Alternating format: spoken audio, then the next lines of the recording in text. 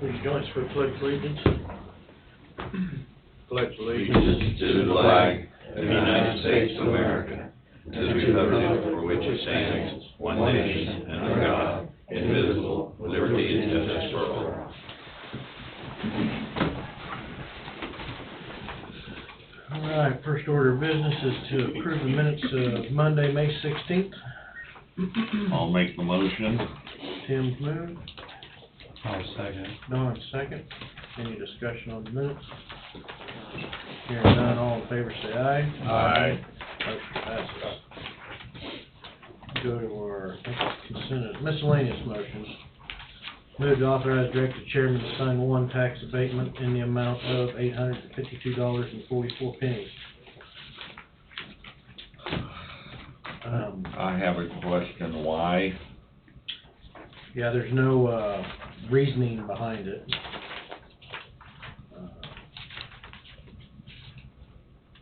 You know, because there's no reasons, exclamation, and that is a 20% reduction, I'm not too sure we have not had somebody in to give us more detail or table till next week. I think it'll be a Pioneer one.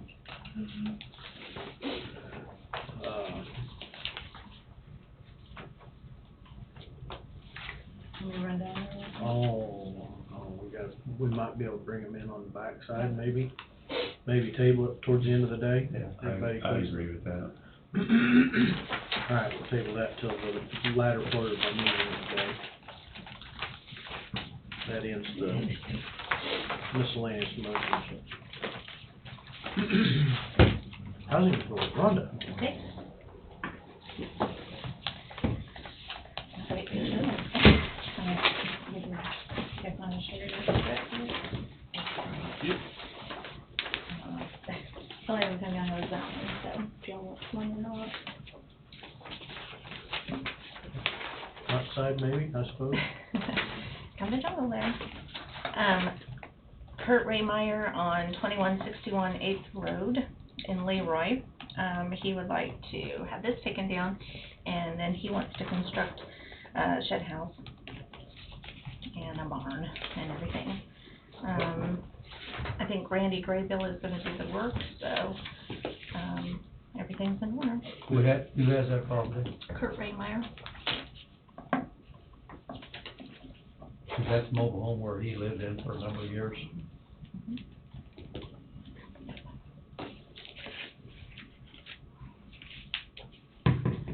So they're gonna tear it down on site and then Yeah, haul it off. yeah. I don't think he can move it, without it falling apart, so. You gonna build back, any idea? He is going to put a, shed house.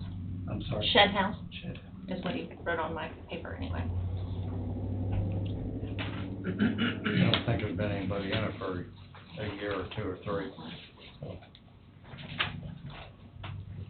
And that's in your area, but I know the people very, very well, so moved.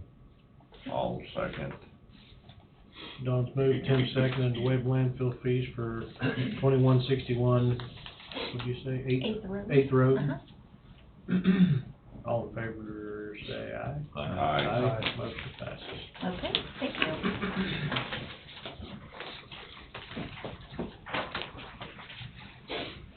City of New Strong, Mayor. Good morning. Good morning. This is Stephen Dwight. He's I'm sure you guys know who Stephen is. So, we're here to ask, about usage of our infrastructure money. The council last week at our meeting, had decided we're going to be building a building around our, minerals, for salt minerals, to protect it from the weather, so our product doesn't get lost. And that way, we can buy it when it's more convenient, instead of being on tenterhooks, basically, to get it. The motion had been made that, and we will be building it, but I was informed that we needed to have permission on how to use this infrastructure money and for this building. And I'm assuming it's because it's not for like roads or something like that that we needed to come and ask. So I'm asking, the commission to grant us the use of our infrastructure funds in this manner. If you have any questions, Stephen will be more than happy to answer it. This is where you're gonna store salt, Yeah, salt chat mix. so you salt your streets? Yes, and we buy the product from the Yeah. county, and we store it in a concrete block area. So whatever we got left within a year, just the rain leaches it out and it goes on down the road. What we're hoping to do is build this building, and that towards the end of the season, we can load up and be done for the year, not have to bug the county during the busy part of the season. Is Neutron the only city in the county that salts their own city streets? Lebo does. No, Leroy don't. Okay. And like she said, we're just asking to use the infrastructure money this way, and hopefully it's a win-win for both of us. You got a projected cost? Yeah. On the building, Yes. 28,000 and 28. some change. And like I said, the council had already approved it for us to go forward with this because it is a need in our view. And, by being able to use the infrastructure money, then that would be helpful instead of us taking it out of our other line item, general. So, I was at the meeting, and I'm the one that told them they needed to come to us to request it, which I have no problem with it. City of Burlington came and requested to build their new police department, and they feel that this is probably something they need more appropriate for the long run than some of the other things they spend their infrastructure on. So I personally have no problem with it, and if no one else does, I will move that we allow them to build the salt barn with it. They're using salt to protect the infrastructure. Well, we have concrete blocks already Yeah. set up, so the building will be built on the outside of that. So the salt will not be on the building at all. Yeah, and will it be a metal structure or wood? Post frame, metal siding, wood beams. I'll second the motion, Mr. Chairman. Mark move, Don second, to use infrastructure money to build a salt storage shed for the, city of New Strong. Any other discussion? Hearing none, all in favor say aye. Aye. Motion passes. Thank you, guys. I do have one question. Is there a list of, approved usages for the infrastructure money, so I won't have to come bug you guys again when we're getting ready to do some other project? You have a contract for what we do, for when we did the infrastructure, what it's used for, don't you? I should be able to An find agreement something, yeah. of what it can be used Awesome. for. Could we just send it to the Yeah. city clerk? Yeah. That would be helpful, because I do appreciate you all. New Strong's gonna be moving and happening, by golly. So, I appreciate you letting us use our money for that. Thank you. Thank you. Thanks for coming in.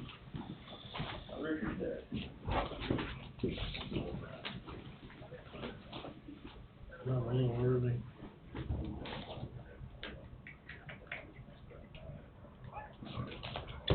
Let's see if Connie's, We got about 10 minutes.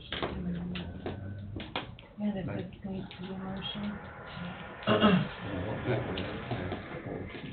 Matt, you got anything that wanna I can read you guys the official statement if you want to hear that on. come on up? Creek Blackberry. We'll hit on you for a little bit. Sounds good. Seems there was some concern throughout the county Yeah. about it. And, alright. So, I'll just read the proposed statement and I'll try to answer any specifics that I can around it. So the proposed transmission line, it will connect Evergy's Wolf Creek Nuclear Power Plant electric grid, providing increased redundant and reliability of the plant. As the nuclear power plant reliability and security are of paramount importance and are subject to greater regulatory scrutiny. It's imperative that we have complete insight into any project that is connected to Wolf Creek. Transmission line will traverse parts of the service area and communities where Evergy constructs and maintains power lines. As such, it could impact the overall grid reliability, as well as the way landowners and customers, affected by this project view further transmission projects. Kansas Corporate Commission has granted Evergy's request to intervene in regulatory process involving the Wolf Creek Blackberry transmission project. The transmission line will impact electrical rates and reliability, safety, and communities that Evergy serves. As a result, intervention and participation in these regulatory proceedings is necessary to represent and protect both Evergy and our customers' interests. So NextEra is building the line that goes from Wolf Creek to Blackberry. They're the ones that won the bid from Southwest Power Pool. Southwest Power Pool governs basically what we sell our power for, and they regulate the grid. It's all like post-Enron type stuff for regulated utilities. So back up in there one paragraph, Mhm. what did it say about customers? So it will impact basically rates that customers pay and how they view. In this area? Yes, if you're an Evergy, ratepayer. So basically, they're going to up the price of electricity for the people in the Evergy's area to pay to fund this to send electricity out of state. Not necessarily, so we don't, we'll be utilizing that transmission line. The way it works is NextEra will have to get permission from the KCC. So KCC will have to approve a rate increase for them. So if the KCC denies it, the line's built, but they can't pass that on to the customer.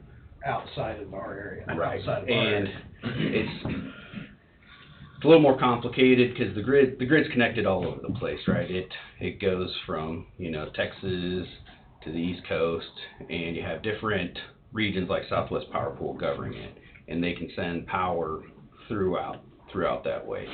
What we've got here is some congestion. We can't efficiently move the electricity because we've only got 3 lines that come into Wolf Creek, so we can only push so much electricity one way or another. That's kind of like, your extension cord's at its maximum limit. You don't want to push it any further, it's going to get hot.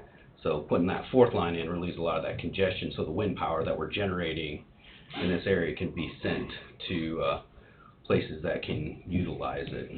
You said wind power. Well, it's wind and nuclear. So the lines actually that we've got now are connected to coal plants. We got wind lines that come in, connect, like the Waverly Wind Farm connects onto our Lacine line, which is going towards Kansas City area. The other 2 go down towards Wichita. This one would go over towards Missouri. What percentage is the Evergy customers paying of the line? I don't know. That's where it's still in front of the KCC.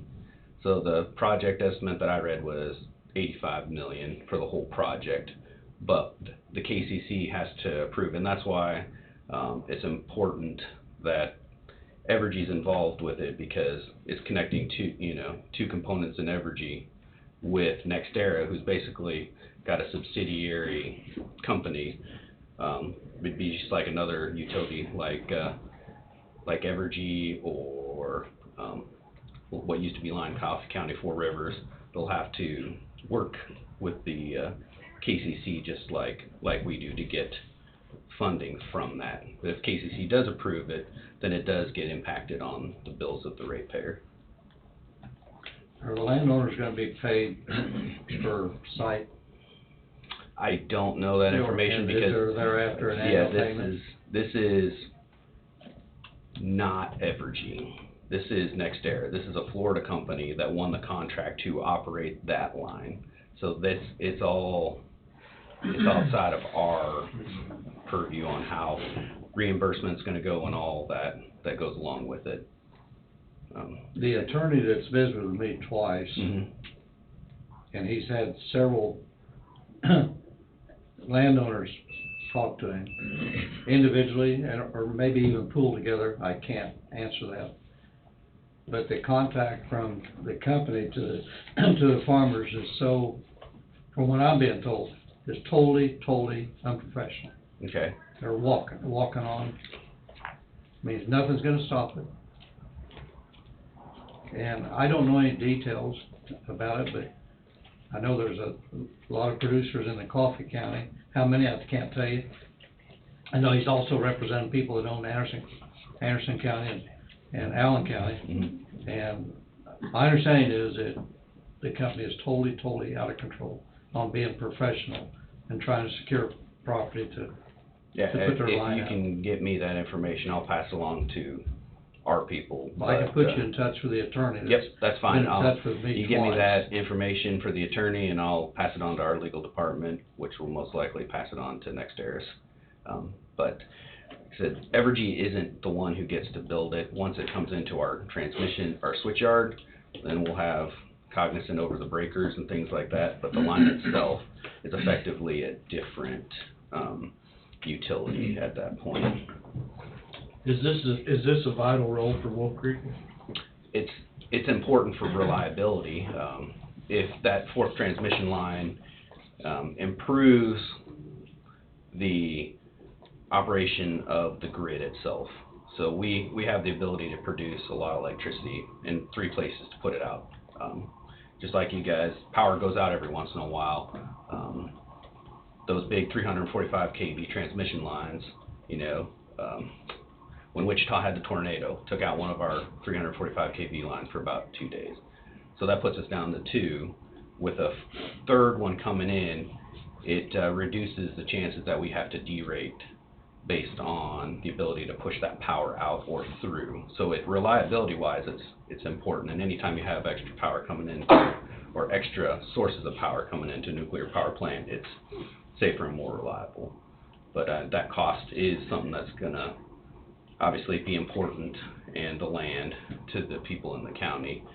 That's KCC and that's NextEra, but I can definitely pass that on to the people that deal with it for our company. The target date being from 23, July or August of 23.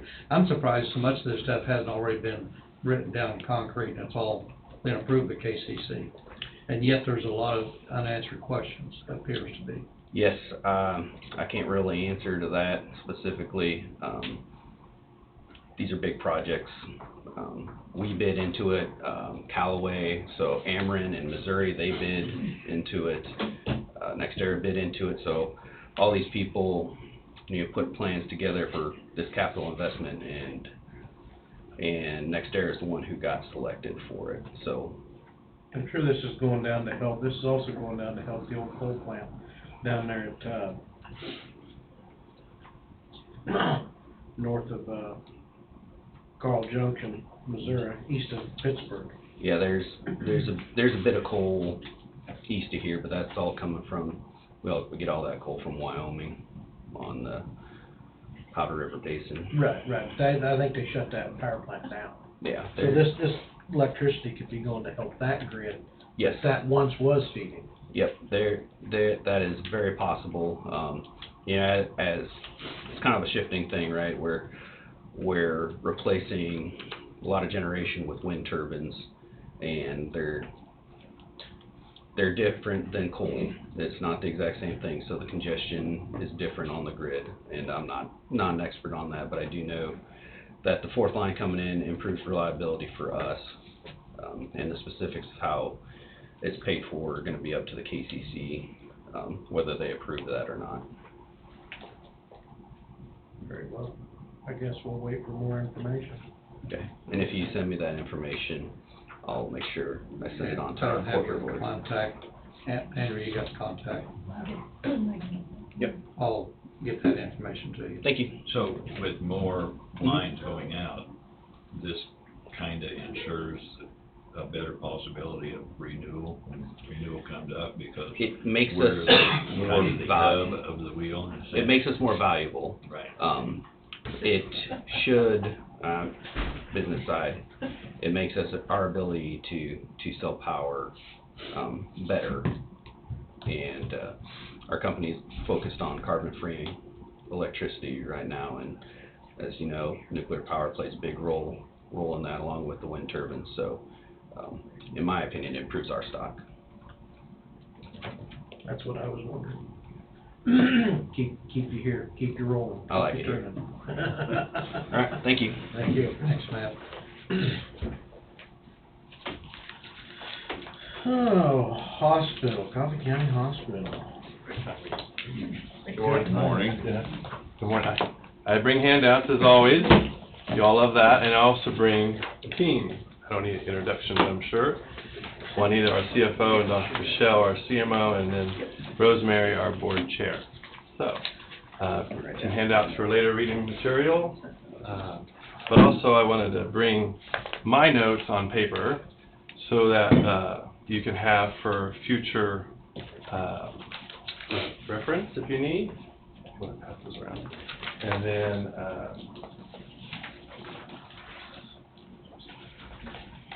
then just kind of wanted to touch base on some questions from last week that were brought up, and maybe just some also, it's related, some questions that, just some other overall updates if you don't mind. So I'll jump in to some of the questions from last week, which here you can see the first one is the EMR, or electronic medical record. I just wanted to recap some of those things that were brought up. And as you can see, our current EMR sunsets at the end of this year.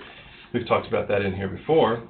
And then after reviewing options that we have for the last 6 months, we decided to form an alliance, if you want to say, with Newman Regional Health under what we call a Community Connect, or an umbrella for Meditech. This is only for our computer software and hardware support, as we both will be running the same program. Together we sharing Meditech and the third-party software support license in effort to hopefully save money for both of us. So this is a computer hosting and support expense only. We're not sharing any patient data. We don't share any employment information. We don't share health insurance, and we don't share contracts. Going with Newman Regional, Coffee saved $1.2 million going this approach. The overall project for this year alone is $1.7 million, and like I've said in here a couple of times, we do have the funds for that already reserved, put back, and so that is ready to go. And so this program we feel is important for our hospital, and they feel it's important for them too. As you can see the last bullet, we're two independent hospitals working together to maintain our independence, and that's what we're trying to all do. So you're saying to save $1.2 million? So if we would go out on our own, let's say to Meditech, it would be an extra $1.2 million. There's roughly So $2.4 million total. It would have been. So this project is 1.7 with the going under the umbrella of the Newman's contract with Meditech.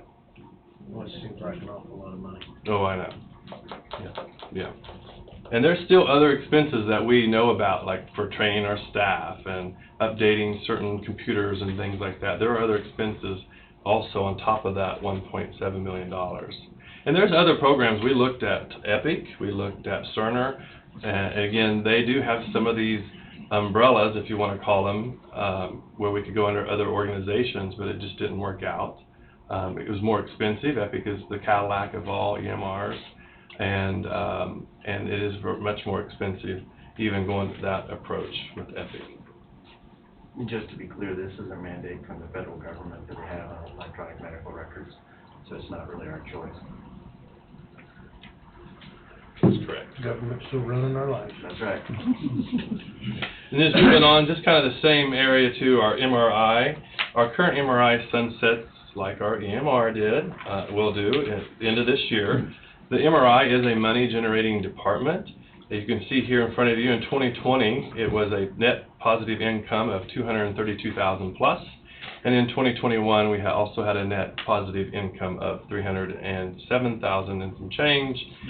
This department not only is vital for the hospital and our community and our residents, but it's also vital for us recruiting physicians. So we've already moved forward and signed off on a new MRI that will be installed at the end of this year. We are able to use grant monies that we've already received to pay for most of the construction part of this project. We have just finalized some of our bids. We're finalizing them right now that are out there, and hopefully get that wrapped up this week. You can see here too, with the new MRI, we'll be providing 2 new services, breast exam and prostate. So a lot of times you have to go farther on and after certain tests and need an MRI. We do feel comfortable that there were about 250 breast exams that are going out to other organizations that we do not, since we do not provide that service here.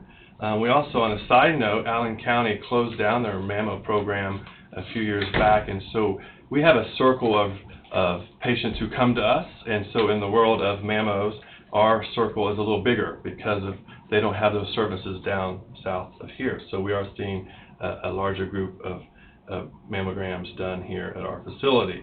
And also in prostate, we will see an increase in volume there. This will allow patients not having to go to Kansas City or Topeka. So we're going to keep those residents home, less travel for our residents. Now, as you can see my little bullet points there at the bottom, we did know that the MRI and the EMR were sunsetting at the end of this year. Life was ending for both of those. So should we have been more prepared? Yes, we should have been. Kind of like what we do in our EMS services, we reserve $75,000 a year for a new ambulance, and then every other year we use that $150,000 to purchase a new ambulance. And so we should have probably, we shouldn't say should have, could have, would have, but we should have probably been saving for these two areas for quite a while. On a side note, back to EMS, we are changing that, as you'll see next week when we review the budget. We are changing that from $75,000 a year that we're going to reserve to $100,000 a year. As we all know, things are changing as rapidly as we see. So those two areas are moving along quite well. And again, just to recap, we do have funds for this year for those services that we have reserved to the side. And then moving on, services that were provided, I think there was a few questions. I think, Dawn, you brought up home health last week of, yes, we have closed that service down. And what do we do when we look at services? We look at closing and opening services by an ROI. We look at what's in our community. Is our community saturated with those services? And how far is our residents going to receive those services? And so when I got here, home health was losing about $150,000 a year. Yes, that's not much compared to some of the other departments that you all talked about and we've talked about in here before. But when you look at the last few years, home health lost $400,000+. But we also started looking at volumes, and we also started looking at what's in our region. We had in our region 22% of the volume for home health. Hometown Health had 27% of the volume, and Angel had 23%, and there's other agencies out there. So again, we felt like this area was oversaturated with home health agencies out there, so that also played into our reasons of closing that department down. But we also felt it was important to reutilize the staff and the monies elsewhere in the organization to better fit our mission and also deliver the care to our community. Now, there was also brought up, we do not have a contract with Hometown Home Health. What we do have is an agreement. If they would need speech therapy, occupational therapy, or physical therapy, they would reach out to us and say, does your staff, are they able to provide services to this patient in this location? And if we are able to do that, then we will provide that service. And there is an agreement with that amount and rate for those services. And I would tell you, year to date, they have not called us for that service. So, but we are there, and they know that. And then just moving on to other services that we have in the organization, I will tell you I do have some great concerns with the Meadows. This is our assisted living, independent living here in Burlington. It is a 24 apartments. 7 are filled at this time. We have 7 residents. When I started, we had 12. So we are been out and about. Hopefully you've seen some of that. We haven't been out and about in many years. We're going to civic groups, health fairs, school events. We're having open house. We're also having lunch and learns and many other activities to get the word out, brochures, etc. We did make a showroom. We used some monies that was donated from a family member to actually have a showroom. We have actually we've toured and showed that showroom now 5 times in the last 2 weeks. I think we have one scheduled for today. And as you're going to see in some other areas of my updates, we have not made a rate change in the Meadows since 2016, but we're doing it now. Even after the rate change, we'll still be the lowest in the region. But we are slowly making those rate changes to kind of catch up not only with what's around us, but also with the times that we live in. We are meeting on the Meadows frequently. We're monitoring staffing, supplies, and ordering. And for example, how we've made some changes. They were ordering their own food and supplies and stuff for the kitchen, and so was the hospital. Well, there's certain limits you have to buy. You have to buy so much quantities of certain things. So we were finding out they were wasting stuff. So now we order one together, and it gets delivered to the hospital, then we take it over, and it's saving us money and eliminating waste. As you can see as well, we've never been in the black that I can see. Now, some of those years we were only 30,000 in the red or 60,000. Now, to me, as I said here, I think that's a little bit of mismanagement. I think anything under $100,000, we should be able to make it to at least break even. And so, if we can get it backfilled, we could probably break even, is what I think. The problem is can we get it filled? And so that's why we're going to continue to monitor and watch what we're going to do with this department. If you get it completely filled, how much more staff have you got to add to service it when it's full? Well, we have lost a few, and we've adjusted that to, like for example, we had one staff member who went to the hospital for a different position who did not replace. So there will be some adjustments that have to come back. And that is the gamble you take when you don't replace someone or they move on and you don't replace them, is the times we live in, trying to find staff is very difficult.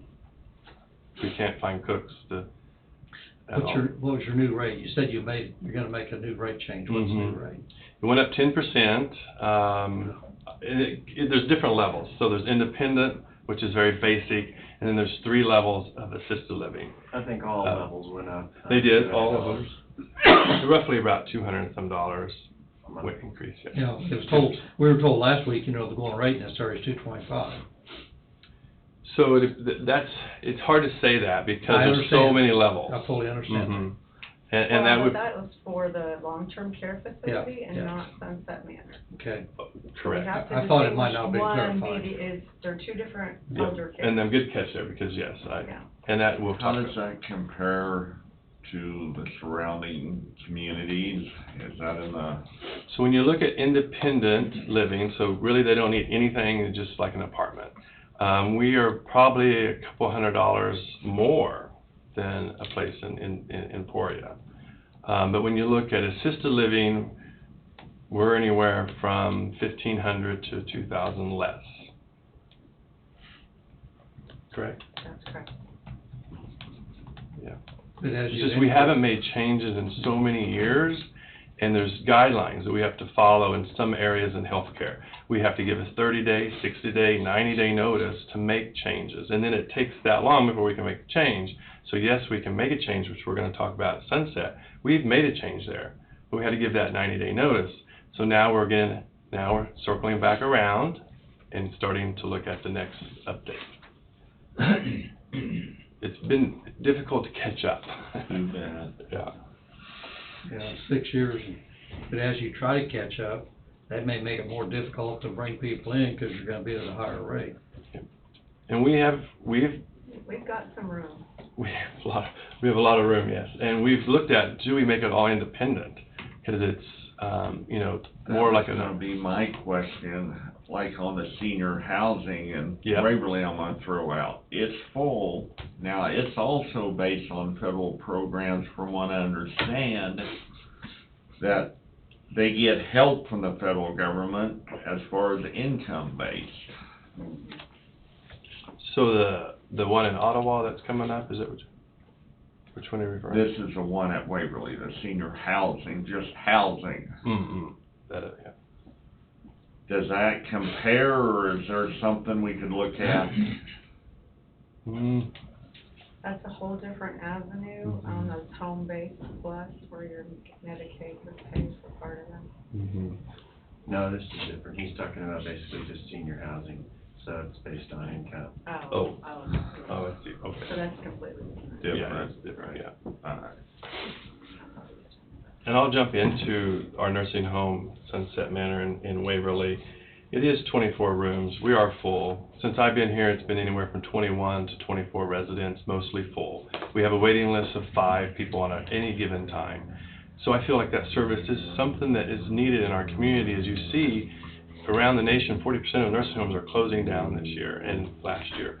So, but we have to get to a break even, and it will be a tough situation for us, and we know this, and we're working hard on this. This is again an area that hadn't seen a rate adjustment since 2016. We did make that adjustment in February. It is a department, like I said, that has to have a 90-day notice. We are looking at another rate. Again, will be the lowest. We're doing. What is our rate, can I ask on Yep. a It is, before I say it, average? I look at the boss on this one. 185 a day is what we changed it to. We just, It went up from 175 to 185, per day, and that's still, per resident. and Dawn, you pointed this out last time. Yeah, that is $20 cheaper than someone around here. I did Just some on that. calling as far as rates in Emporia, Ottawa, Miami County. And of course, you asked, you've been from this position as far as an average. Now, they quoted me about 260 to 285 on semi and then private. Mhm. Yeah. We know some of those numbers. We're all private, just to keep us on that page, but yeah, we haven't made changes for 6 years. Yeah. Is $10 increase too little? I would say yes, that's why we're looking at doing it again. We feel it was, there are some guidelines of how much we can increase. What is Certain the percentage. guideline? This one, It's a percentage guideline, and I'm not really sure. there's there's so many different ones. I wanna say 10%, but not for here. There's 10% and different ones. But we can find that out for you. Here we've made some changes. Looking at another 10%, we can Yeah. go. Here again, just like the Meadows, we made some changes. Staffing is areas that I feel we definitely overall, the organization need to address and look at, and this is one where we sat down and said, why do we have housekeeping at these hours and overlapping this much? So we went back and said, we don't need that. So that change with housekeeping, we went from 4 housekeepers to 3. So that's where we're starting to make some bigger changes over the last couple months, and more to come there as well. But we'll, If you're full, and I've done this real quick, and I hope I'm not off on it, but if you're currently full and you increase that $10 times 24 times, you've increased your income $85,000 approximately. yeah. And yet in the last 4 years, it's lost 1.3 million. So you're still a long ways from, and there's nobody wants to support this whole system any more than I do. I want everybody to be well assured of that, but I got a big problem with having those type of red figures, especially when the county's kicking in 1 million, this year 2 million. That's it's been subsidized, and that's not right. That's right. Correct? And are there other areas that continue to need tightening up? Yes. Could other areas help offset that loss if we as an organization and you as county commissioners and the board feel that this department, this nursing home needs to stay or not? Is it needed resources for our community? Like I said, 40% of nursing homes are closing. People are having to go farther for our services. And so, but can we get it to somewhat break even is what we have to do. You said, sorry, go ahead. You said that your rate increases, it's very much governed, you can only go a certain percent at a time, Different areas, yes. but we don't know what that is. We can find that. There's different ones for We can different figure, we can areas of report a back. healthcare. Oh, that was just, I mean, when he was saying that the rates in other communities are $260 a day and you're charging $175, I'd take it to the max. Right, how did we get behind this much? Not increasing every year. 6 years without increase. Yeah. That's just frustrating to me. Very frustrating. I'm sorry. That's why we meet every day, multiple times a day, and I just kind of bang my head against the wall. I think we provide a public service on this also, but I know Sunset Manor comes highly recommended to a lot of. yes, And that's why there's a waiting list. yes, Yeah. you know, Highly recommended. But it's still gotta get to break. Yeah. And I don't mean to just but if keep- we raise it, if we can, I think we need to. Is there any of the management staff at CHS, any of the management staff salaries prorated against the Meadows and Sunset? No, No. Okay, no. So the upper administrative that they receive is not figured into their overhead costs. because most entities has got proration going out. Right. Now, on that note, healthcare usually has around a 3% increase in salaries a year to all of our staff. 1 to 5, you might get in that range, but we average 3 usually. And so a lot of things that we've been looking at that I come with is to get that 3%, things need to go in place, right? Especially for leadership. We have to meet our financial goal.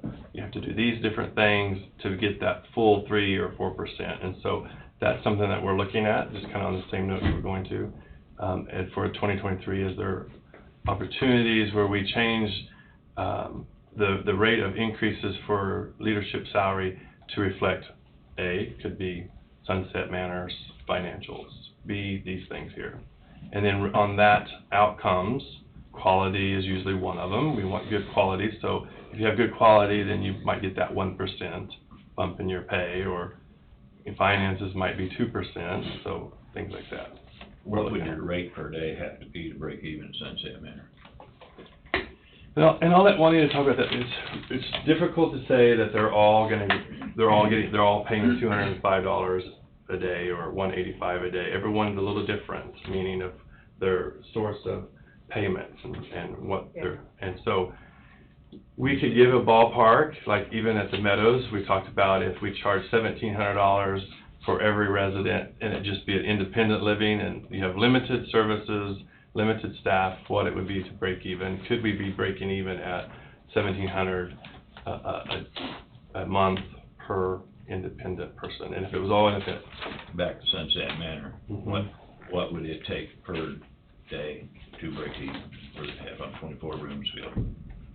We'll have to figure that out again by the type of patients that we have, the residents we have there, and we can get that for you. Different residents pay different rates. $235, $240 a day. Okay. How does Medicaid differ from a private pay, I guess I'm asking? So Medicaid comes in and they decide they tell you what they will contribute based on your income, what you can contribute, and then they'll make up the rest. But all of that comes to, they pay more per day than we're charging for reimbursement. All right.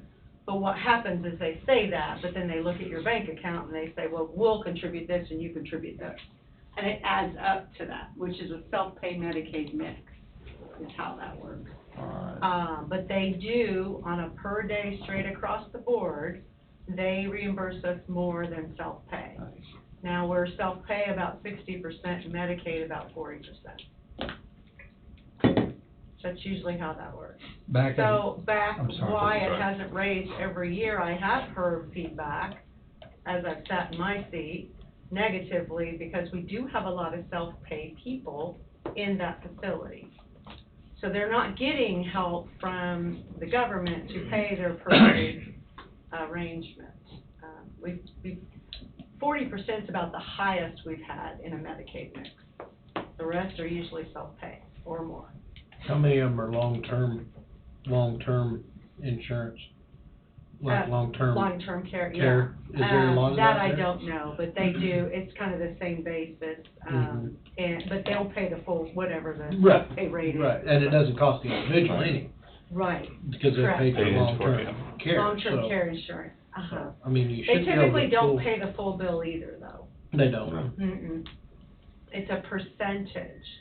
Now, it does favor you to increase the rate, and their percentage is higher, and they'll cover. Right, But still you're gonna typically, have if you to read have the small print in those premiums, it's a percentage.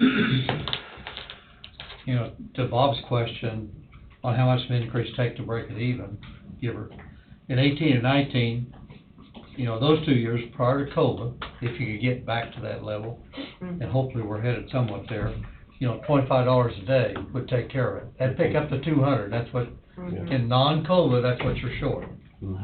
a little bit around 200 plus or minus. So $25 a day would get them, and of course, in the COVID years, you know, last 2 years, it's 400, and well, both years have been 400 plus. But hopefully you're getting ahead of that game. Right. And we definitely. So as Bob quoted, $25 a day would cover it. And I'm hoping next week when we come to bring your budget to have those numbers, we didn't have them by today, to show you even the last 6 months, the changes that are happening and how it's affecting the bottom line. So we'll show you that. We'll also give you more of a, kind of here's a synopsis of, if it was at this rate for 40% or 60% of the residents, this is what it would take to break even. Something's losing an awful lot of money, and we need to figure out where it's at. So quickly on that note, just it tells me that when you have 89% of your expenses in wages, and that means we're over. So usually you want around, you want around 60%. My question last week, I was hot last week. I still am. Can you supply, and I don't even know, and you can tell us no, what the wages are for the departments? And I don't want names, I don't want nothing. I just want heads, staff, blah, blah, blah. You know, is that available? I would like to say no. I would like to say the reason of no is because it is such a competitive market in healthcare, and everyone hears this and sees this. I got numerous calls and text messages last week about the county commissioner meeting, and I just would be cautious of us sharing information when we're such a small organization, when there's only 2 in this department or 3 in this department, and people can figure that out. And I would tell you though, and I can give you next week, I will show you where we compare to KHA, Kansas Hospice Association, does that every year for us and shows us what our region is, what the overall state for nursing or for this or for that, and we're behind. We're so far behind compared to some of the larger organizations who've taken over some of the smaller facilities. We're $5 and $10 an hour behind just with nursing. And so we're trying to compete against them, and not even counting the places like in Topeka that we do have people that drive to, or Kansas City. So it is tough for us to compete to that. Now granted, we try to provide perks and benefits that they might not see in larger organizations. Stay home, don't have to travel, gas prices are up. We definitely do our little spiel when we're out recruiting, but it is a tough market in healthcare. We can give you some more examples. I just kind of feel like it's probably not on your nurses and your desk workers, and you know, it's somewhere. Somewhere there is. I mean, somewhere there is arteries bleeding green dollar bills, and we've got to figure out where it is so we can sew them up. Mm-hmm. Our biggest thing is also, like when I refer back to staffing a while ago, can we wear multiple hats? Oh my gosh, we need to. We're a small organization, yes. So when, and I say this elsewhere, when someone leaves the organization, retirement, moves, husband transfers, whatever that might be, we sit down, as you're going to see later on the next page, and we look at FTEs and say, do we really need this FTE replaced? Do we need to move this over to another department, or can another person take it on? So if you jump to the back page, you can see our FTE count. In January it was 267 FTEs, February 257, March 256, April 249. Kind of sound like a commodity report. April 249. So we are making changes. And if you look above that, I'm jumping around now, you can see in December when I took this seat roughly, we had a 12% overtime. We had too many people clocking in maybe too early, clocking out too late. We had a variety of reasons that our overtime was high. And you can see as last month we were at 4.2%. We've worked very hard, not only educating and training our staff and talking about proper clocking in, proper clocking out, things like that, which saves us tons of money. If we could stay at 4 and 5%, that's a $500,000 savings for the organization, going from that 12%. And those are areas that you're going to have to explore and discover to where you can make those reductions. Yep. Every day there's a new explorer. We find. Yeah. Well, it's very cyclical too, and you have to keep in mind, our business goes like this constantly, depending on who walks in the front door. So you also have to have resources ready to prepare for who walks in the front door too. And so that's what causes your swings and sways. I don't know how else to say that, but you can picture it. Well, and also that's why you got a bus that'll take you to Topeka if there's somebody there that you can't serve right at this moment as well. You made the comment a while ago that we weren't up to par with some of the bigger ones. And I look around, most everybody in this world has, most people have smartphones, most people, but there's some who don't. Maybe the way of the world is going to be that the bigger ones are going to be the way it is. I mean, yes, you guys, I see you're top 4 out of 5, but that's because we keep giving you millions of dollars every year to sustain you. Have you thought about the fact that maybe we should be looking at something like Anderson County did, Allen County? So that's on page. Instead of being a taxpayer supported and just keep taking more and more taxpayer money, maybe we shouldn't be looking at that. Right. So I did hear that last week, so I kind of just put some Yeah, I bullets think I on said the that. third page, okay. And I would tell you from personal experience from previous organizations, and even what I'm hearing around this region, that a lot of things change. And I think we talked about it at your lunch, when we went to lunch, and I'm just saying personal experience, FTEs will, cut. There's a lot of FTE cuts. Unfortunately, some of the ones that do remain might not even work here. They might work off-site, so they won't be living in this community. And I'm not saying there's all cons to this. There are pros. We do, with the hospital would lose, the community would lose their local autonomy. I would tell you local mergers, I won't say names, services were cut. Staff, mass exodus. Well, first year, 23 nurses left, and actually we've hired 2 of those nurses, and they were amazing resources for our organization. I will say that there are some pluses to it. There's cash flow. There's changes from the county side. Just previous experience, FTE cuts, services were cut, and the community, the hospital is still losing $400,000, $500,000 a year. Now, that's not on the county commissioners or the community taxpayers' hands anymore, but that continues to lose. Now, there was talk about independent Kansas coming back open, which that fell through. I did reach out to KHA just for an update on that, but I haven't heard back. So if I hear that by next week, I'll let you know. Right now, that hospital is still staying closed. I would hate to say that sometimes they tend to close, but they also put in millions of dollars into the organization to try to get it going. So there is, we can definitely think about it. I would maybe not suggest it quite yet. I want to add one thing. I talked to a neighboring county, and there is a sales tax involved. And also, they had to extend $1 million last year, even though it's a private-owned hospital. Mm-hmm. I think some of the ways that are going to help us, not only is looking at FTEs and making sure we have the right amount of FTEs and people in our buildings, but also is, do we have the right services, but also grants. A lot of local places have been doing grants for quite a while, and they've been receiving grants and large grants. Now, like I mentioned in here a couple times, we've received currently $83,000 of non-COVID grants. We have not received a COVID grant this year. They're really not there anymore.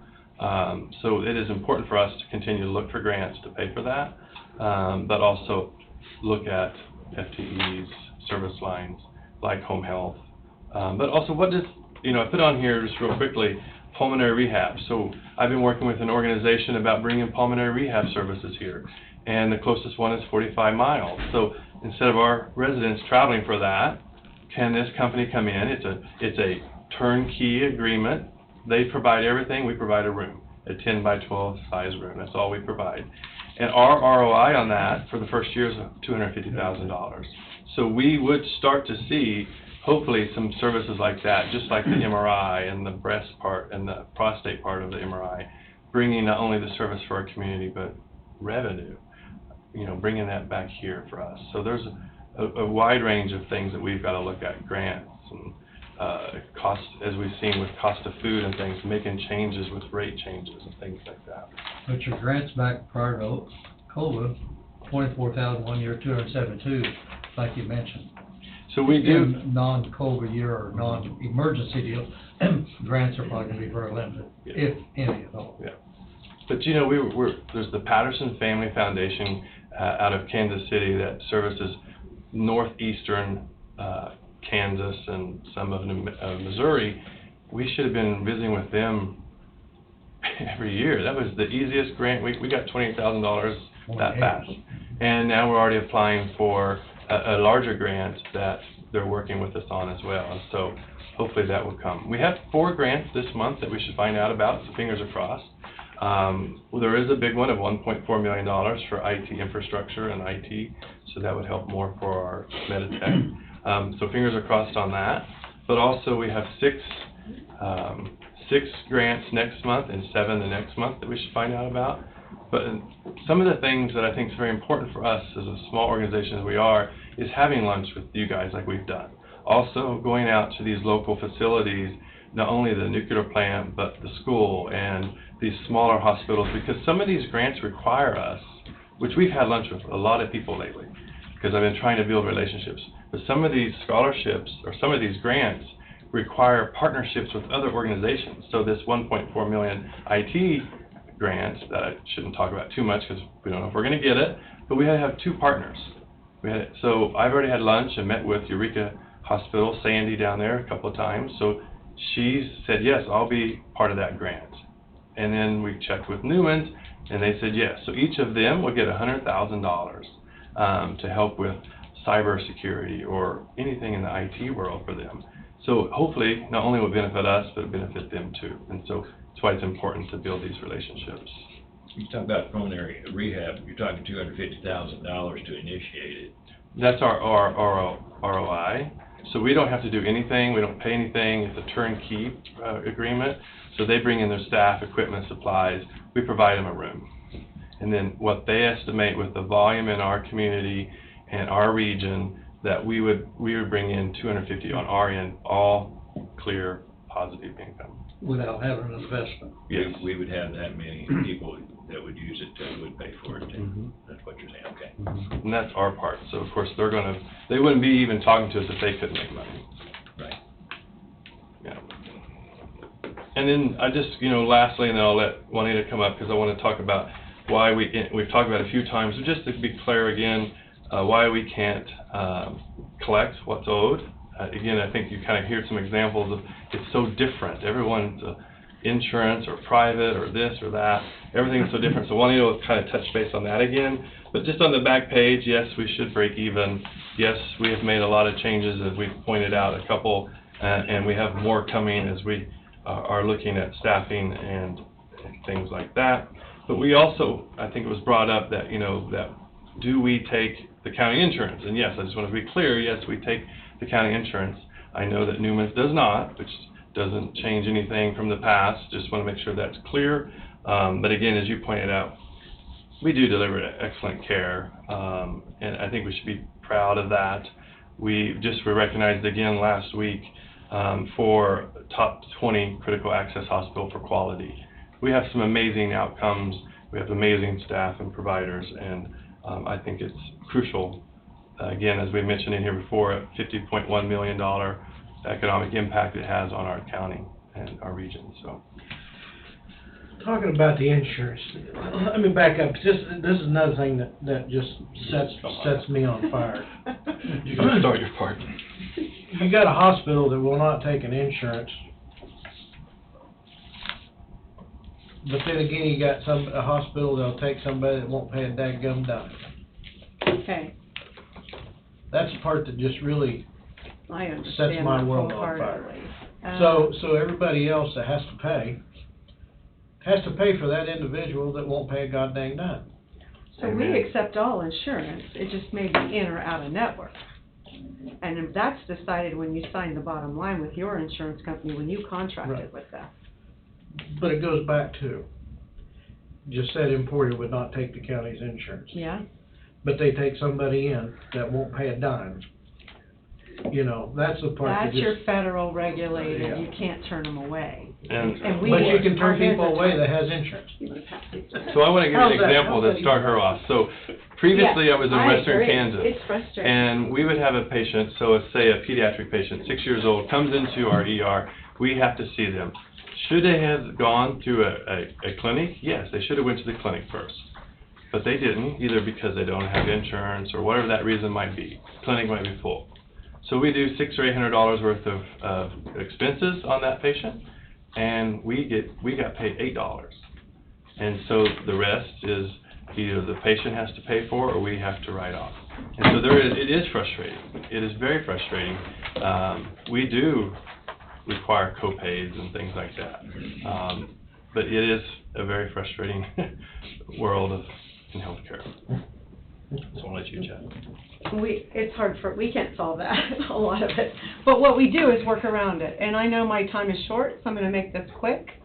But I wanted to provide you something to look over and swallow and breathe through. When we have our executive finance meetings and we have our board meetings, which you're always welcome to attend, we go over a statement summary and then we dive into some of those details in the executive finance committee meetings to do some of the things you're just talking about earlier with Jobin. But why I brought this for you is I wanted you to see where we are today coming out of post-pandemic. I mean, we were bleeding in some areas, and everybody knew it as hospitals were trying to navigate through all of that. I feel like we did a very good job at Coffee County Hospital. And so when we prepared our budget, we really went back to an 18-19 era. And then plus or minus some services we know we wanted to bring in, we know maybe we weren't going to have. And in doing that, and you look at the first 4 months of this year, and I won't go into detail on this, I want you to kind of think about it and digest it and bring me back your questions. But if you go down to the expense category, as Jesse was talking about salaries and wages, in total, across the health system, at this point I budgeted to be about $5.4 million. We were only at 5.1. We also know that we can look above and say, well, your revenue is down. Well, we've tried to adjust on the fly our revenue cycles as they go with our labor market. Having the right labor there at the right time is what's needed. And in other operating revenue, that's up, and that's a 340B collaboration with manufacturers and wholesalers and trying to do our best to bring in other revenue for the hospital because that severely took a beating in that area during COVID. And so that's been a positive return. So as you look at this and you look down, and I think it will help you a little bit see where we're at. It does show a net loss of $276,830, but I do want to refer back up to line 26 of depreciation expense, the non-cash expense of things we've purchased over the years. So if you take that back, your true EBITDA return, we are operating barely, but in the positive. Cash flow. Cash flow wise. $160,000. Right. Now, is that going to last? Well, probably not if we don't stop the bleeding in the places that we've identified here earlier. And we know that, and we're being very judicial and prudential about it. So I did want to bring that to you to talk to some of the points. I think some of the questions are coming because you just maybe don't know the overall impact of the picture. So there you go. Our bad debt deductions at number 12. So last year, the write-offs were 2% of your gross revenue. And I know that's hard to swallow, but the average right now is 4 to 5 in the state. so I just got off a financial call from the state. We are below, not that that makes you feel any better, but we are monitoring those kinds of expenses that are really hitting us hard, and we're trying to, do what we can to mitigate those, so. It's a lot of data, I know, but hopefully it answers some questions. How many employees? I think Jobin answered the FTE. 249. 249. 249.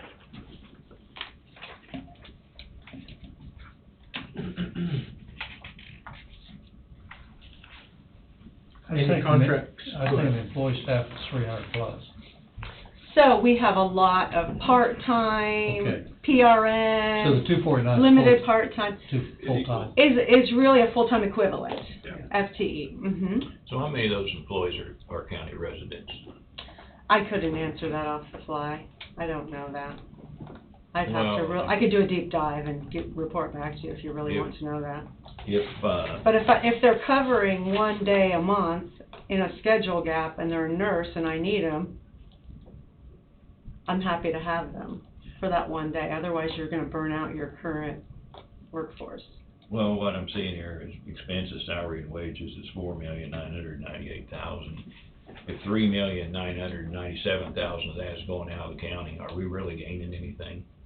I assure you it's not going, it's not going out. But you don't have the numbers. I could put them in front of you if you would like I'm me to just report curious. those I do by the same full-time, thing with Wolf part-time. Creek. We're spending $13 million a year salaries going to Lyon County from Wolf Creek. Yeah, So I understand. I wanna know, kinda curious how much of guess since taxpayers' At money is the going end- out of county. At the end of 2021, I can pull that data for Would you please? and tell you the makeup from the W-2s. Would you please? I could do that. Thank you. Your contract laborers, you're like your, nurses that, travel nurses. Your ER, mid-levels, Lab. lab techs, you can't hire this specific skill here and we have to fill the gap. So we know that's been a thorn, especially through the, COVID. And so we're trying to fill those now with full-time, I can't say permanent, that's regular workers. My HR person doesn't like the word permanent, because they are double the cost. We are Typically. moving that quite steadily down. We should start to see that through this summer. We've hired 3 nursing, for the nursing side, Mhm. strong, full-time, well-seasoned staff. We also hired a lab technician, and we have another one coming in October. So we used to have 2 lab technicians that were travelers, now we're down to 1. October will be down, if no changes, we'll be down to 0 travelers in the lab. Pray, yes, pray a lot. How many specialties, and I know you need them to come in, and I know heart transplant doctors travel around, but how many do we have Specialty that are not physicians. L 249 that come in and They're not counted at all. and about how many of those do we have that come in to do spatial things? I know Right, they're not in our salaries or benefits at all. 15, 20, something like that. 15 or 20. Yeah. Yep. Okay. Just curious. So How many we of those- bill most of those either facility fee or they give us a rental income for the space. But we're not involved in a salary contract with that. How do you do employee insurance? It's fully funded. I mean, it's Fully like, just a hospital? we don't It's cost. fund it. Yeah, Yeah. it's Blue Cross Blue Shield. It's a standard package that you would see in most for-profit businesses. We don't fund that. The liability on What's the any of that cost on funding that? was too high. I can't answer that. That would be an HR question. You know, That's in your Why benefits. couldn't you guys do your own insurance? Why couldn't you do your own self, you get free healthcare if you come here. Right. If you don't, go to Emporia. So then not when they need a paying. heart transplant, you're paying How for do you that do that? patient. We don't provide that service. They need a Um, bone marrow transplant, then you're out millions of dollars. So there was a Yeah, huge hard to self-fund liability in fully funding for us based on our workforce age and our reach. I remember that change when it went to And we fully actually funded tried by that about insurance. 6, 7 years ago. Mhm. And, the first year it's set up to look really good and be favorable. The next year, Sometimes it can be the bad. next year cost was gonna be astronomical, so that's what. So we're was back. that even was that like a, It was actually self-pay through up to a certain BMI, amount and then mhm. had had Mhm. insurance kick in? Stopgap, Yeah, mhm. stop loss. And then they would dissect your worst participants out of your stop loss Mhm, even. mhm. And that was a high Mm. liability for the hospital. But like you've heard me say a few times, since probably, was it, Juanita, 2016, we haven't Mhm. we haven't gone on the market and looked at insurance. Yeah. So in 2023, we're prepared to do that. In 17, we did look roughly, but the services weren't there.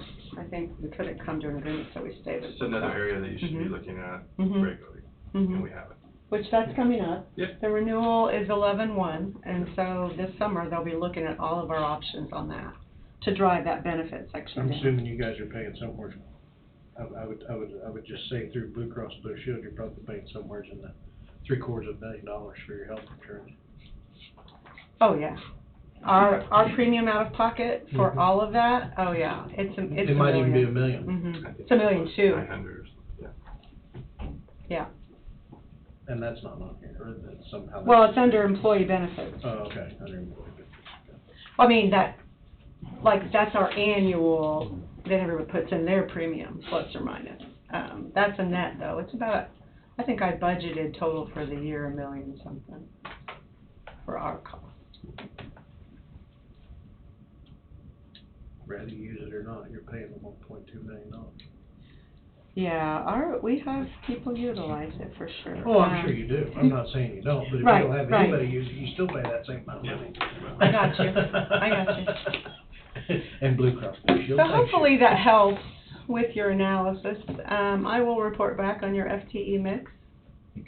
We'll show some more break evens next week. We're pulling that numbers right now. Yep. Any further questions? Okay. Lot to absorb. Yes, it is, and I didn't want to take any more time today doing that, but I did want to put it in front of you. Absolutely appreciate all the information. You Gives bet. us a better understanding of everything that's going on. Wonderful. Perfect. Well, we'll see you next week. Okay, sounds great, Joe. Feels like a board meeting. We'll see you tonight. Anybody need a break before we hit Wayne? Not hit Wayne, but. Sure, sure, let's take 5 minutes, let's take a quick, he brought Jeff, let's take a break. Okay. Counter. 10-minute break. Come back in. We lost a little time there. Yeah, we lost all the time, but that's what we got. But you're gonna hit me. No. Do we need to turn it up? I think we can leave it on for a 10-minute break, I think. Man, I'll give you a telephone number. Thank you.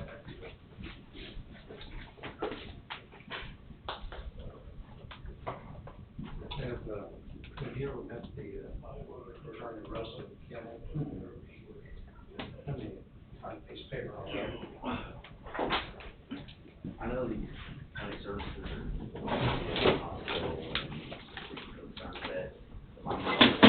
she's in Iowa.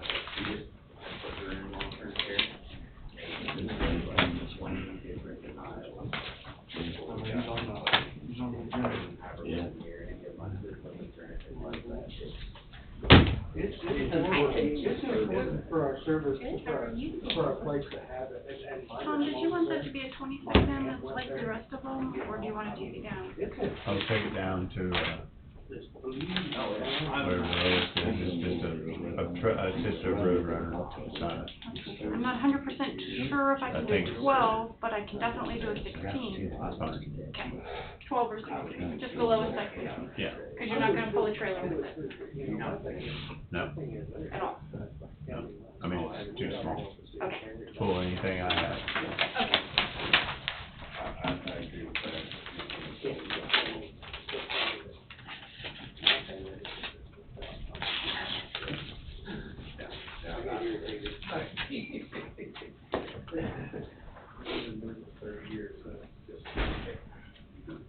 My big thing about this higher grade deal is I want to get vital to Wolf Creek Sand, because I just read that. Well, it's, That nuclear power plant is shutting down. oh yeah, lots of them are shutting down. There's not, the financial system's not set up to value it like what the fourth line coming in does for us. We have negative pricing days where we're literally paying countless powerful because. Yeah, I think so.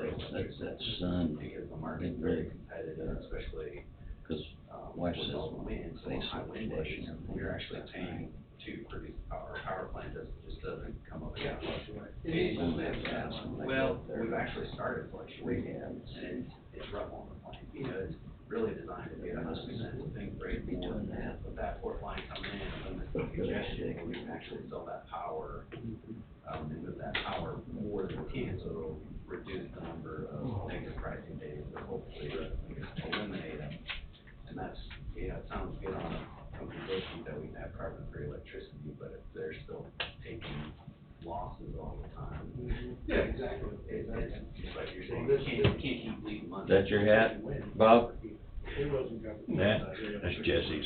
Gary, tell me I'm I wrong. don't Actually, you are. wear political stuff Really? here. Yeah, Okay. it's matured. I thought we'd like to, I just don't. Yeah, there you go. Everybody's got lobbyists and things like that, and push on very hard. They could eliminate food subsidies for wind turbines, and they'd still be able to make a profit. Really? Just because the way the laws are written around it, yeah, they can, that's why they're negative pricing days, because they get enough subsidies on top of what they can sell power for without basically. Stand up there and that's all I see is two Way olive globes. They got 200 megawatts production, they got maybe like 10 employees. Well, you catch the forehead and we'll catch the back of the head, how's that? It's not, so they, Yep. unfortunately. But they just- is they the just don't cost, have- is the cost and life expectancy, will it work itself out? So if it wasn't government subsidized, say it cost $1 million to put up. Well, it would, because they're not really, Catch up. they're not as regulated as we are, so you can throw a wind turbine up and never have to pay to take it down. Right. Somebody will have to pay. Somebody will, but the company doesn't have to, like, we have to fund our decommissioning batch agreement. So there's a lot of things like that where, you know, shoot, you throw one up, you get your 10 years of subsidy, you got it, then you crack a turbine blade or something you don't wanna run anymore, they just lock the rotor and leave it. So it just stays there. Nice. Yep, and so there's cost benefits in it from, when you're just looking at But pure if economics. they could turn it around to be the proper way for it, you could. Try to do that. If you're taking it from cradle to grave like you should, yeah, but. Tim? How we doing? Supposed to be asking you what the difference is between uptown and downtown. Oh, so not in here. You go out there. All right. Well, the camera's not on. Yes, it is. Okay. Yeah, it is. We'll talk. It was just, we went an old classmate of yours, Nola, Buckley. Buckley. Yep. Nelda. Nelda. Buckley. Wait, you know, I've got a reunion with her. Coming up. Yes. She's a nice lady. Nelda's in trouble. She's got a lot of good stories. Nelda's a great person. I think the world of her. On being outside, trip off line, you know, power coming down, power will come back toward black cord, so. Maybe not. Right. That's the reason I don't let her talk to any of The my way it kids. works is Oh, yeah. we're required to pay replacement. You got a good memory? So, Yeah. you can buy the power from like a replacement. So, yeah, it's more They don't have it, yeah, they don't have it. It's, What are we gonna do with all these blackouts? Get all these electric cars running, and they can't supply electricity here now. for electric, or like I said, that means we can put the I'm your business, right, if you're not growing, you're dying. And electricity manufacturers are flat, you know, not that. How we doing, Mark? Well, we're doing wonderful. Yourself. finally got a brush hog over the weekend. I learned what not to put on the PTO shaft. Oh, yeah? They had put grease, and it's 7 foot. That grease set up in that extension of the PTO shaft, about like lard with dirt on it. I ended up hooking it to a tree, the PTO shaft itself, and then hooking the tractor onto the other end. And it took 5 times to pull her apart. I've never had it happen. I bought it used. Could you heat up the shaft or heat it up with the force? And it still wouldn't budge. And this guy is I got it apart, didn't have no grooves in it or anything where it hit. I was shocked. Right.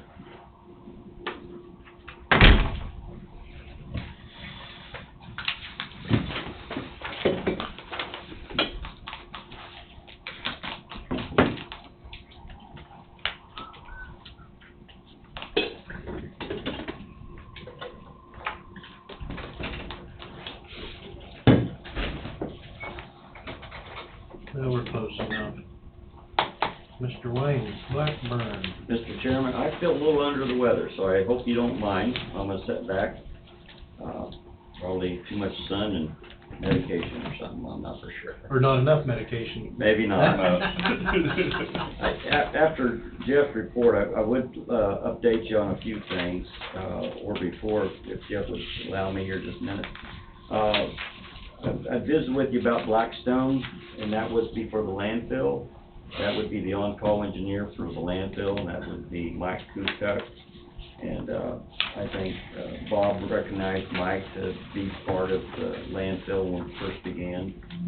And so I am getting a proposal from him, or will be, hopefully. And then I also spoke with Steve Brosmer, and I'm looking at a proposal for the on-call surveying. This is the first time we've talked about it. But Steve could do the reviews, he could also do the on-call survey, and he could also do the surveyor in charge for our survey test. So that'd be something I'll be bringing when I receive it. But thank you.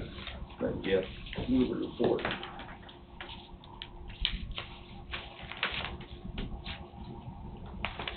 This shouldn't take very long.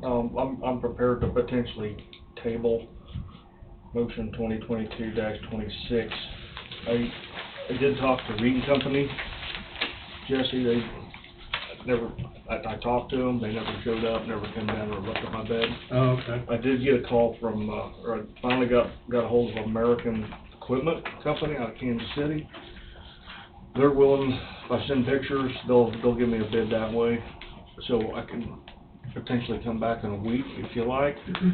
How long is that gonna how long will that push it? I mean, you guys are needing this truck this summer. We need the truck. I need to have a decision by by the 31st, because my initial bid is good to June 1st, I believe.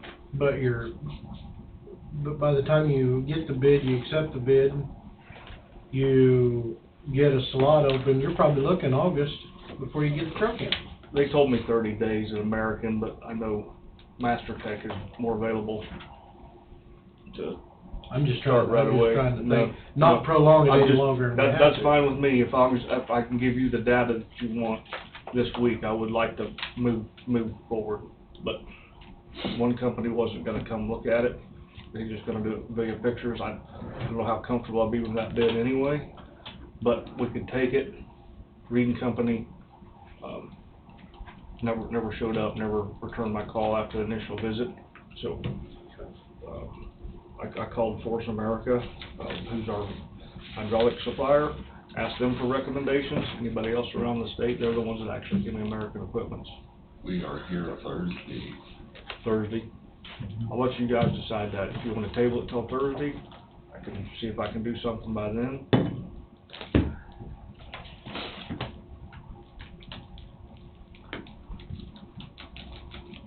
I guess we'll just see how, I mean, You're the one who wanted to table it. Okay, I just wanna give you, I don't wanna stand up here and look like a bumbling idiot, cause I don't have any if you wanna answers. I mean, table it, I mean, it's kinda hard to find the people that'll do that, especially on, you know, they're not selling a bed. So, Like I said, we'll be here Thursday. so- let's table it till Thursday, and I'll see if I can get on the agenda for 5 minutes. You can just come in. I mean, Just come in. Okay. Okay, so that one's tabled, two summer help, one starting today, one starting Wednesday. Is this Briley's second year working with us? Yes. Okay. Answer that question. Following. Right. do you wanna hit the motions? Motion 2022-21, move to accept and sign CP2 for Josh Richards summer help, subject to regular IPP wage, classification 30-1, light equipment operator, with a wage of $17.32, effective 5/23/22, number of hours not to exceed 1,000. I'll make the motion. I'll second. Tim's moved, Tom second, any discussion? All in favor say aye. Aye. Motion passes. Motion 2022-21, move to accept and sign CP2 for Briley Ish, summer help, subject to regular IPP wage classification 5-2, labor crew member, with a wage of $13.74, effective 5/23/22, number of hours not to exceed 1,000. I'll move. Bob's moved. I'll second. Any discussion? All in favor say aye. Aye. Motion passes. I should have mentioned, it wouldn't make any difference, but the first gentleman will be our landfill, he'll be at the landfill. Okay, you guys have the information on, we have a resignation. You have a resignation? We had one, so you have 2022-30 in your packets. Nope. No. I'll tell you why, because she told me that's a hand delivery, I forgot. So, you guys would care to look at that? I should have marked that down on there. Well, that's what I was, there's other motions here as well. 2022-21. I think those are potentially old ones, those are old Oh, ones, those are old I don't know ones? why they're in there, yes. Okay. I think they're just, those were just there to tie in FYI. the motions we had. I got you. For the 11, I got you. and then the truck that we already purchased, which we haven't sent us a bill yet. That would tie that back to that truck bid.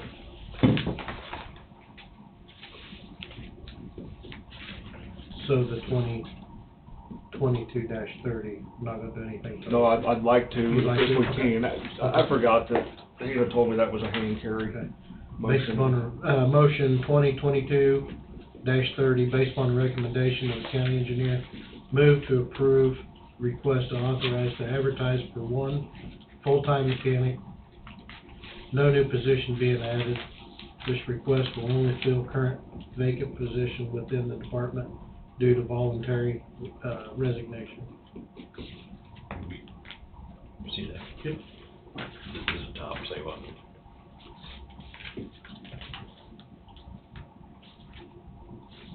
Is it outlined as? I don't know. I mean, I have he no idea. resigned, it was,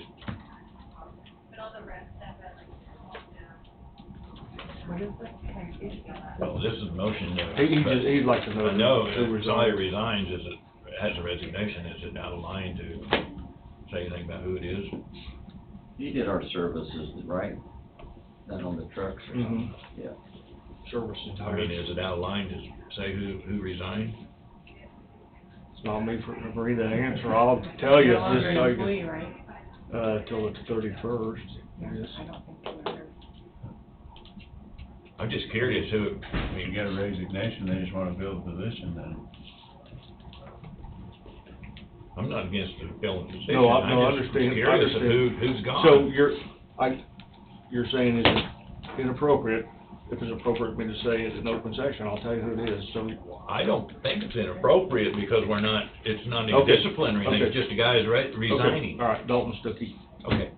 Sorry to make that difficult, I don't. No, I just was, Oh, I get it. I was Yeah, curious. yeah. It just, Yeah. it's not, Yeah, I'm not sure whether you can say it or not. we just did, so. Yeah.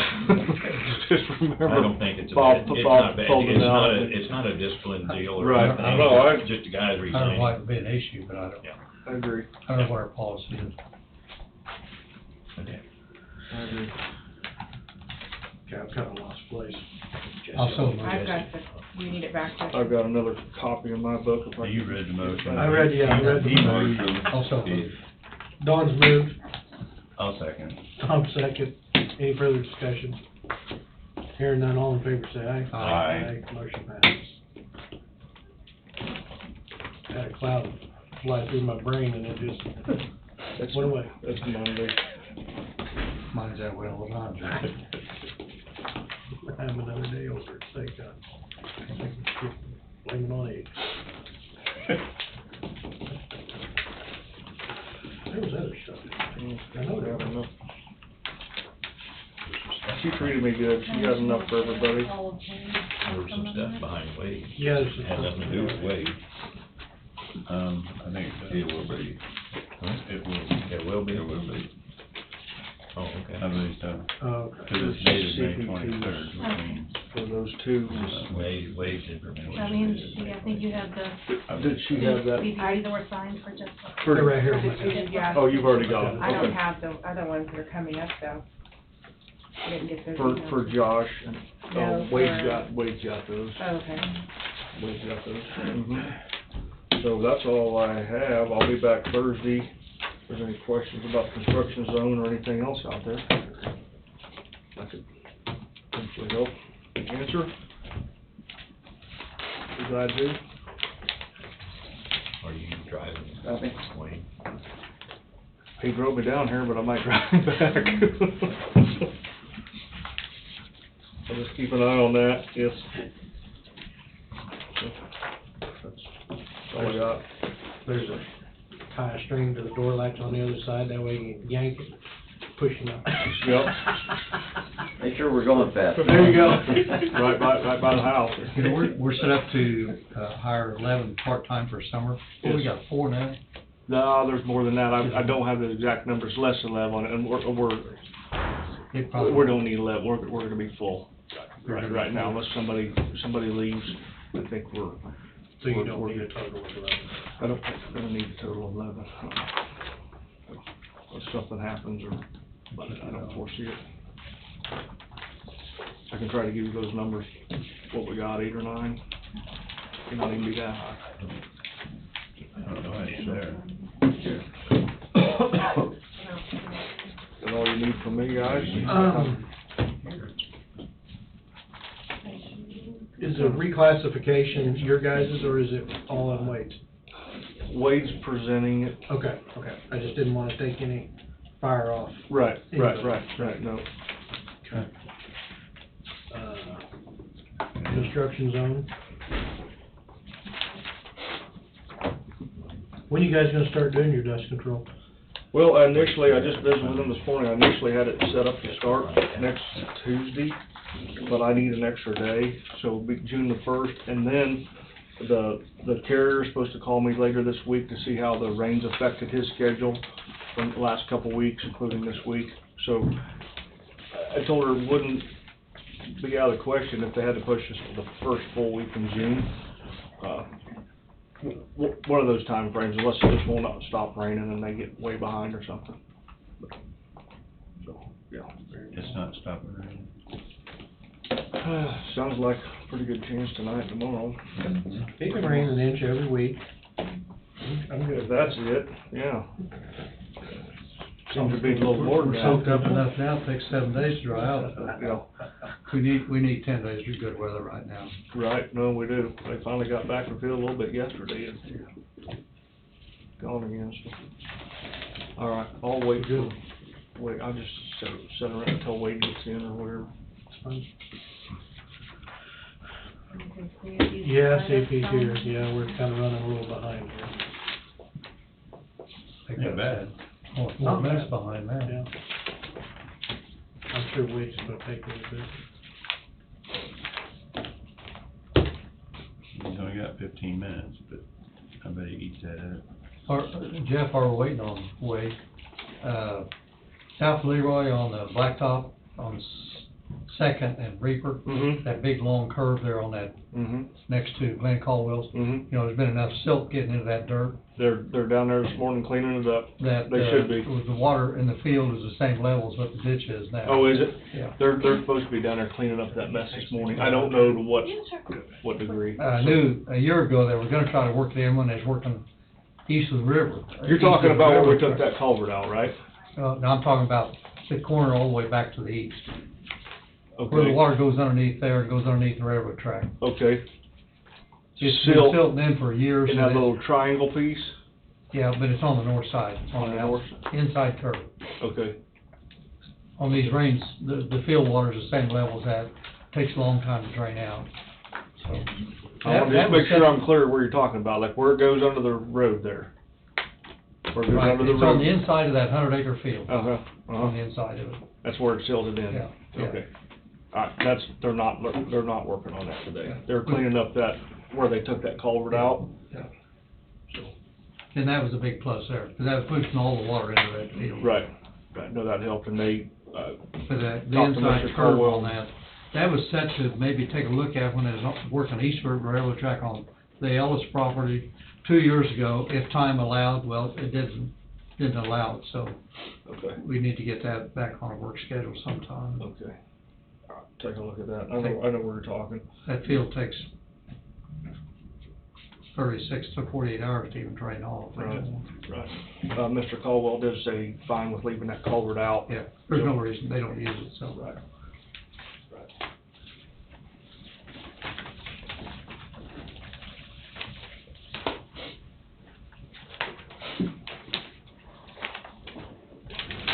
While we're waiting on Wade, we've got a deal here from, Amber to appoint Tim Patterson as Coffee County representative to the Northeast Kansas Homeland Security Council. Does that have to be a motion? I'm sure we've had to do it in the past, but I'm just not here for it.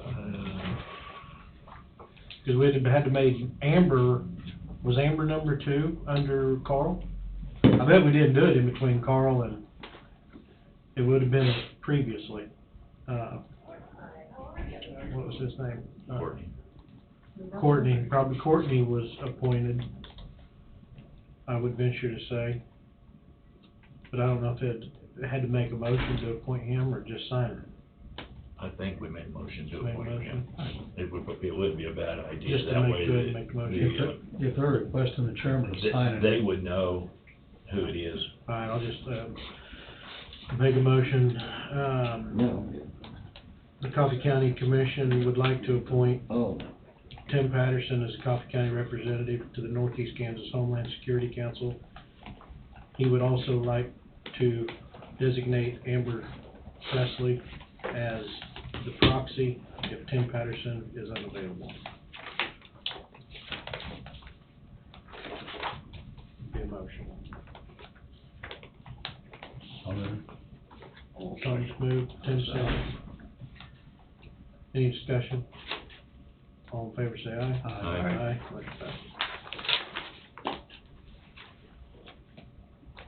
Can I see the verbiage on that real quick? Morning, Wade. Morning. Wade? Morning. Just shot one down while we was waiting on you. Sure. So, which part am I on the agenda for? The, Road and Bridge, job title, reclassification request. So you should have copies of everything to tie to that. So the reason why I'm here doing it is under our salary structure and the McGrath proposal, any classification change starts out going through the county counselor to see if it even is something that should happen. So they sat and met with me, Wayne, and mainly Jeff a couple of months ago, and they went over what the reasons why something needs to change. And I think within what's presented to you, they may have to explain it a little better than I can, because I don't understand the CDL background like they do. So CDL truck driver 1 is what's in the policy right now, or in the pay scale, and it's in section 30. That requires someone to have a CDL, obtain a CDL within 6 months. You have a number of employees, and I think there are 4 that this would apply to, that they're well beyond that. In fact, they have a CDL, have had a CDL for a number of years, and so that they can be in the same pay band as others who their job description doesn't require it. My suggestion was creating a new job description that would allow someone who has 5 years or more of experience to fall within that CDL truck driver 2, and then they would be the same as someone else in that pay band. So you go from 30 to 35. One of the questions would be, well, then does that change their pay? Well, the request was, if that was going to happen, so it wouldn't impact things significantly, is to find from 30 to 35 what the closest pay band would be, or step, and that, I think, is 4 or 5 cents for each of these employees. So I don't see, so for example, one of them would go from 2296 to 2301. One would go from 2076 to 2081, and so on and so forth. I don't want to keep on going through what you have in front of you. Very, very minimal. Every one of them's a nickel except one's a zero. So I think the job description that's contained within, probably for each one of the requests, should explain what the differentiation is and what's different about the positions. Basically, it's creating the CDL truck driver 2 position, and then it would go hand in hand with in section 35.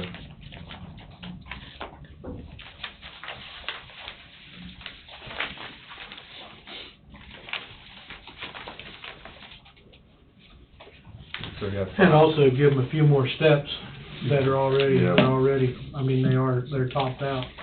I would say all of them are topped out, looking at their higher dates. Very in the scale, but you're right, that'll be, wasn't looking for necessarily pay ranges, just classifications. Right. At this time, and the benefit is down the road. Right. Yeah, 2 of them within 3 steps of top now. Yeah. So the request, and I understand, Jesse, you're involved in the trucking industry, and then I think Tim, you also drive, and maybe you have a CDL. I do. So the issue with the CDL, and as you probably noticed, across the country, CDL licenses and people who can drive, and you could probably speak more to it than I can. People that can't drive. Right. It's a very important license to have. I know on the prosecutor side, it is heavily regulated, and there are certain things you can and can't do as a prosecutor, because if you do, then you're masking. So I think it, in this instance, is merited, but I welcome any questions, and hopefully I can answer them. If I can't, I'm sure we can do our best to get the answers. I don't have any problem with going to, I guess, step two, the class two, but I hate the idea that we wanna declare this, if they're almost topped out. That just takes it right back to what I've been arguing all the time is, when you get topped out, we're gonna change a class so that you will have more steps. I don't think the topping out in a couple, 3 years has anything to do with this, or should even have anything to do with it. It should be, they're either a class two with experience, or they're not. I agree 100% with Bob. I did misstate that inappropriately, but there is nothing harder to find in this world right now is good truck drivers. You know, it goes over to the heavy equipment side. There's nothing harder than herding a loaded truck down the road and having to put up with obstacles all day long and safely parking it in the yard at the end of the day, so they can go home to their family, and little Billy and little Susie can go home to their family. Those are the obstacles. And this, I was also present at a non-formal meeting about this, and this is probably one of the best ways to suggest reclassifying to separate truck driver 1 and truck driver 2. Yeah. Instead of having a big wage jump. And this was, I felt, the correct way to do a reclassification. But yes, I did. It was also as a benefit to them. It would be a few more steps later on in the years. That's just, I mean, anybody can look at that and see, but that's not the reason behind it, like Bob stated. And I agree 150%. But I'll shut up now. And I think one of the ways to look at it too is if you have the ability to move up in steps, like this does for some of these employees who have been here for however long it's been and have had a CDL. It would encourage them potentially to stay on the workforce here and continue driving, where if they stayed in a different job classification that didn't exist to move up to another one, then it might not, I don't know. And I think Jeff, you can correct me if I'm wrong, but the CDL truck driver 1 and heavy equipment operator, what was the tension between the two? Well, I mean, if you want to get into a little bit of history, I mean, we started looking about this last year. I mean, and they were at the same level, and it's, you know, we're just trying to get back to where we feel like they are on the same level with our equipment operators and what their value is. I mean, they're valued, they're proud folks that deserve our support, and sometimes it's not the 2 or 3 pennies that make the difference. It's being where you're supposed to be and being recognized for what you do with your bosses and their bosses. Well, when they're out there in a snowstorm, they're actually an equipment operator. They're way more than that as far as I'm concerned. But I mean, they are. Right. One more thing I would like to add, and it's just to split the 1 and the 2. I would require that all 2s not only be licensed B, and truck driver 1 would be just your Class B certification. If it was, because then you can use them to pull tractor trailers. Does that make sense?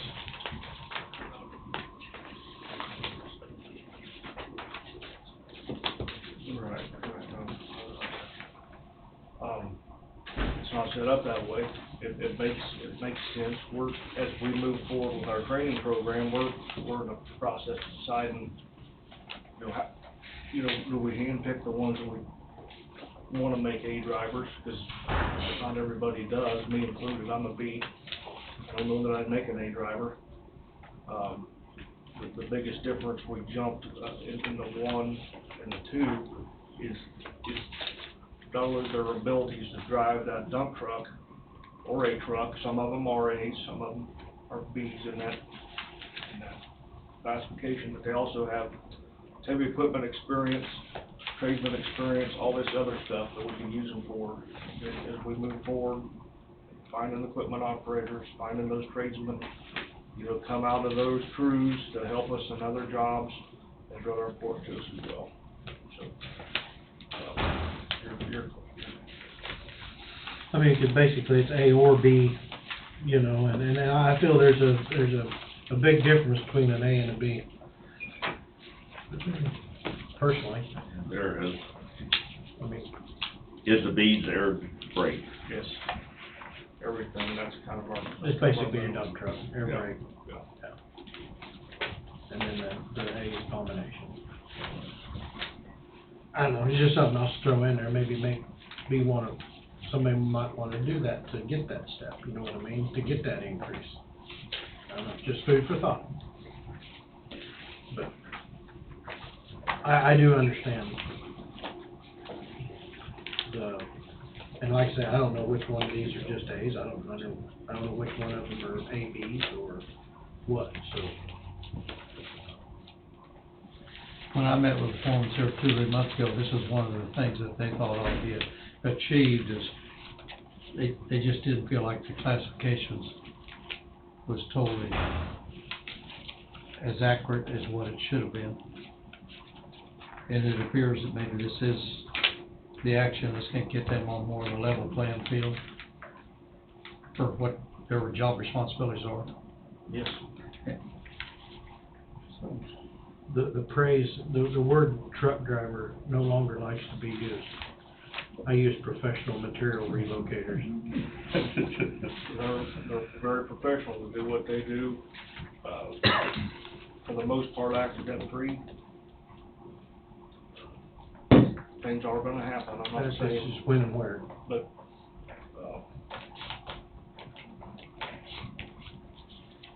We don't have any open positions, do we? in the truck drivers group, That's amazing. Recruit and retain. Retain and recruit. Those are the 2 hardest things to do. Mm-hmm. it seems to be like a bit more one of our sought-after crews from within house. So that's why we've got a lot of experience on that crew, doing other things. I've also seen them move off other crews thinking it might be a little easier to find out, no. It looks like there's only 2 open positions out there, one's a mechanic and one's a tradesman, so only 2 that I can see on this. In today's world, that's amazing. On the table of organization. There's a couple more than that we're working on. So this is also an example of a department using the salary study to make a request and going through it instead of just trying to bring it up and it's stalling out. So they got me involved, which is what that policy requires. Initially said if you're gonna make this request, you gotta do X, Y, and Z. They put the packet together, they did the work, and one of the concerns was this is being done to give somebody a raise. As you see, it's in 5 cents for, I think, each one of them 4 cents. So it is, I guess, theoretically a small increase, but that's as close as you could find to get put on the pay schedule. So we wanna go through the motions, clearly? So, the first motion, since you're the one that brought it up, Wade, says based upon the recommendation of the county engineer, where's your name go in there that you approve it? Since it has to go through you. Sure. It needs to have your approval.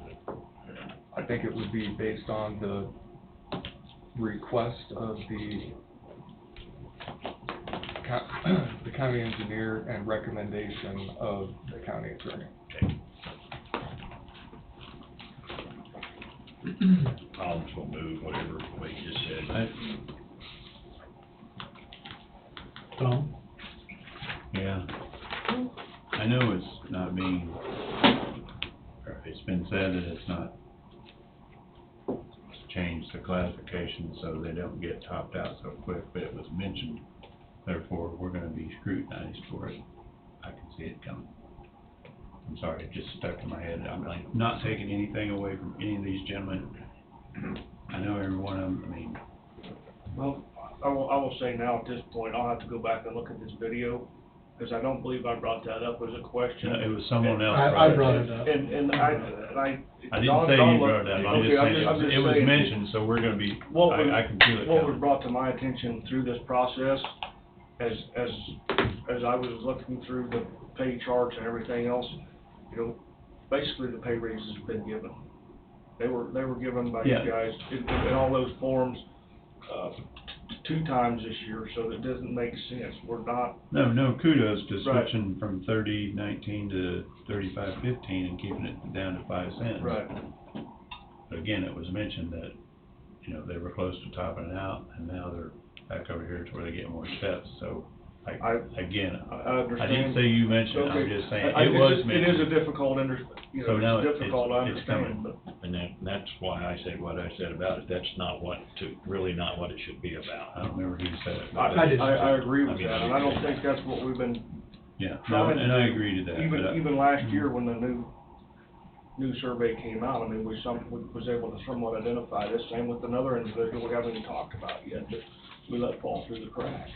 I'll just. Well, I guess that's, I mean, again, nothing against anyone, I'm not meaning it that way at all. Just, you know, this salary chart's been out for, a long time now. Going to a year and a half. Yeah, A year and a and, in classification pay grade 30, CDL heavy truck driver. There it is, you go to 35, construction trade person, heavy equipment operator, no CDL heavy truck driver. No, I agree. I will say with all due respect, I believe we tried to do this last year, or when this chart came out, and it was never quite the right time, and it kind of kept, but we did want to go through the proper channels to have the best success and the best communication we could about it. And I know, and I mean, I don't, my mind's all over the place on this half the time anymore, because I mean, I remember we had this discussion, and when we started all this salary study stuff, that several department heads said, whatever the outcome is, we're all gonna stand by it and agree to it. And we change something every time we turn around, so that's where I'm at.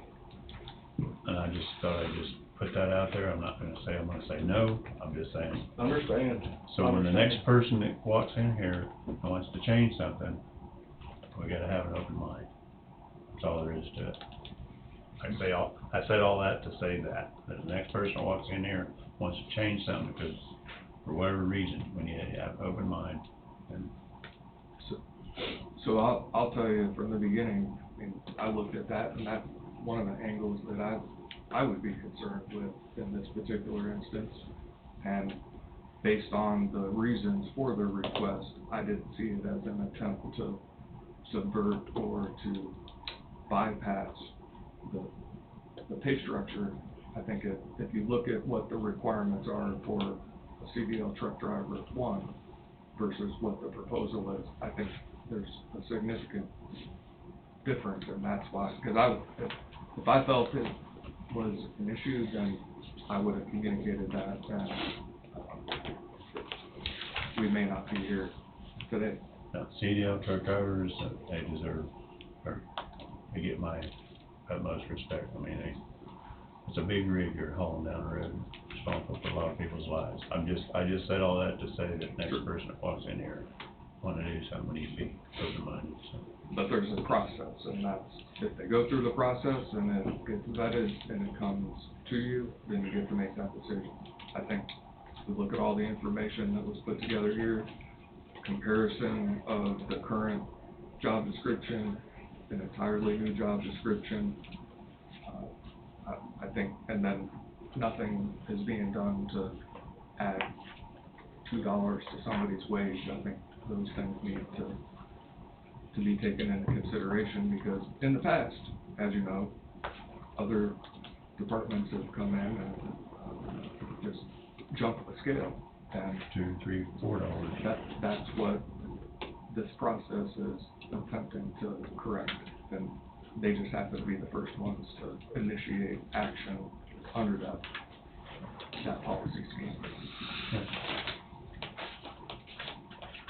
Motion's on the floor. Bob's, moved. I will. Second. Tim will second. Any further discussion? Hearing none. All in favor, say aye. Aye. Aye. Motion, all opposed? Nope, okay, but said aye, so it passes. Okay, now we need to go down to each one, right? Wade? Yes. So basically, it was just number one that we just moved. Well, should that have a number, 2022 what? I don't need it. You don't need a number? Okay. Okay, the next motion is,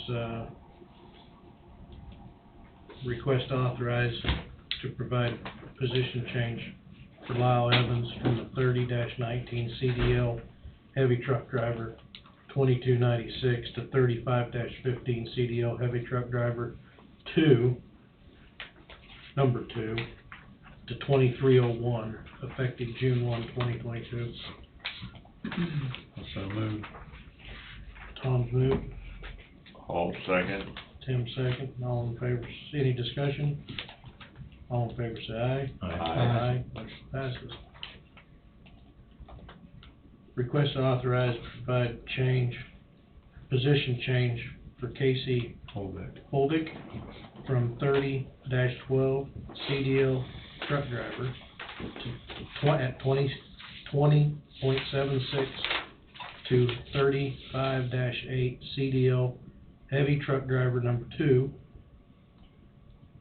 at 2081, effective June 1, 2022. So moved.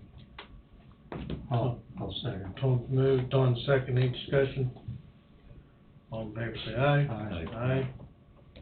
Motion passes.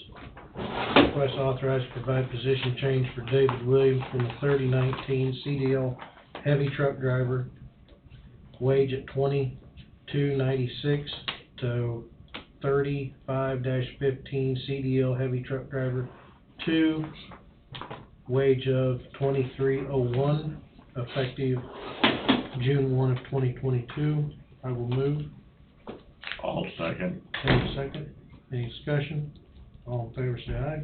Aye. Motion passes.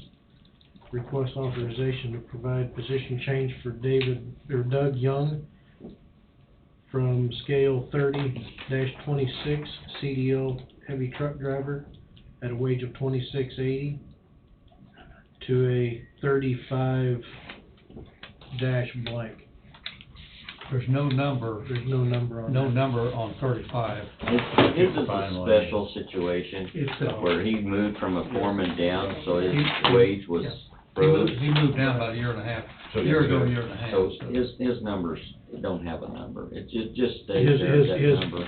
his pay is gonna stay at $26.80 Yes, to 26, to a heavy, moving to a CDL heavy truck driver number classification 2 at $26.80 per hour, effective June 1. I'll second. Bob's moved, Don second. Any discussion? Hearing none, all in favor say aye. Aye. Aye. Motion passes. Number 3. request to authorize to provide position change for Adam Souter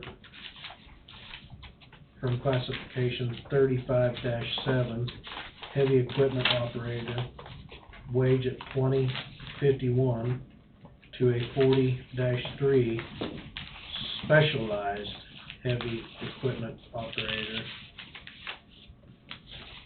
wage at $20.54, effective June 1. So move.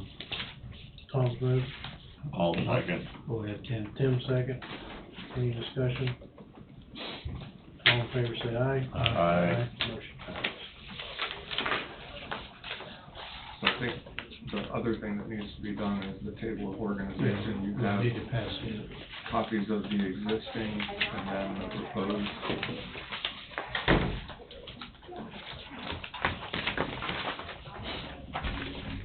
In reviewing the table of organization, the only change I seen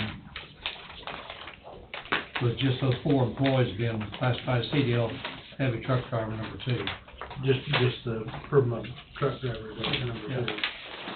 That's the only change I seen going through those weeks. And all the other ones are ones? Zoning administrator out, and we don't have a survey party chief anymore, just some housekeeping things. Does that make more sense? Yes. I mean, that's just housekeeping going. I think we'll need to get a copy to the. I think I left some. hand them out It then. takes, So there's even more of an updated, revised version that takes out zoning administrator. It's just a cleanup. that's different than what we had. Yeah, a little bit. It's just a little bit of a cleanup copy.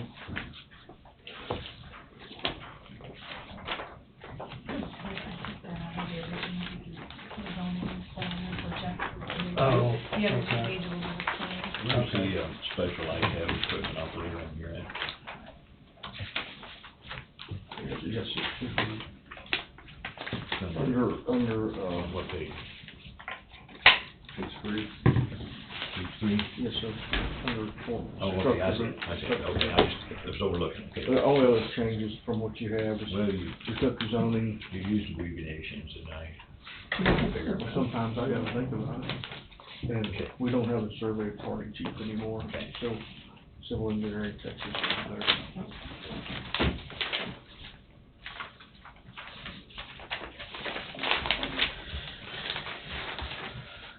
I guess need a motion to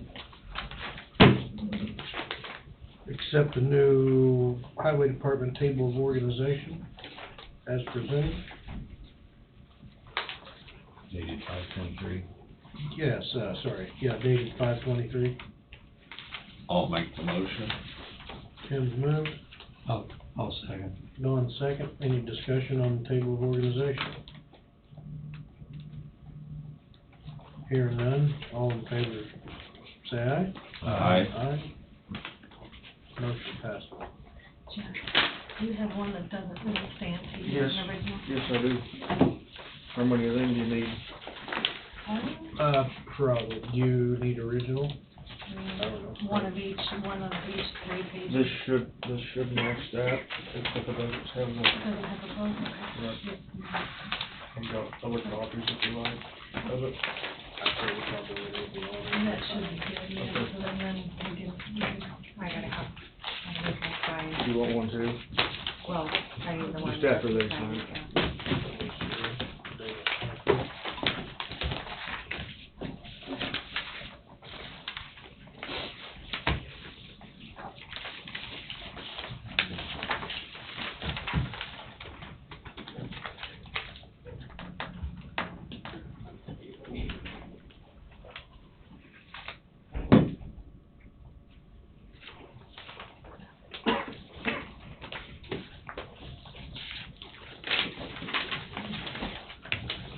Yeah, that's got that done. Well, then wage section. We're still on wage. Yeah. Okay. For the county So attorney. it had nothing to do with you guys. no? I've been asking a quick question, but You got another question? for Wade, but I can do it some other time. Yeah, just give me a call. Okay. Supposed to get feeling better, Wayne. Take care. Thank you. Let Jeff drive you. All right, let Jeff drive. Thank you very much. Thanks, Jeff. Keep an eye on him. Will do. Mr. Wade, you're still on the floor, man. Oh, well, I mean, we could have took this up later, but while we're at it, I guess. So, introduced Kale last week, and now I have the CP2 requesting he be added to the payroll. And Kale was previously summer help with a different part of the county. And for that reason, I've requested that he be an intern in that same pay band, but in step 3. So I think the difference is $13.48 to $13.99. So the additional thing you'll see, because I didn't have intern in my table of organization, I felt it was appropriate to add that. So there's an amendment or an update to the table of organization for the county attorney that adds legal intern. And that's what the first motion is requesting. Second motion, well, that'd be Do we even need the first motion? If we approve the second motion, do we even need the first one? I don't think we need the, I guess if Wade feels we need it, I guess, I don't know. I mean, it is duplicative, but I mean, it's whatever you want, you guys. If you're okay with the second motion, then the second motion takes care of it. Yeah, if we pass the second motion, it says the same thing as the first one says. Sure. The second recommendation. So we're scratching number 1. Gonna go down to number 2, right? On the recommendation of county engineer, move to approve and... County attorney. County attorney. Oh, yeah, sorry, county attorney. Move to approve and direct the chairman to approve and approve a revised and addition to the Coffee County position and classification chart within the table of organization for the county attorney's office for a new position of legal intern. I'll move.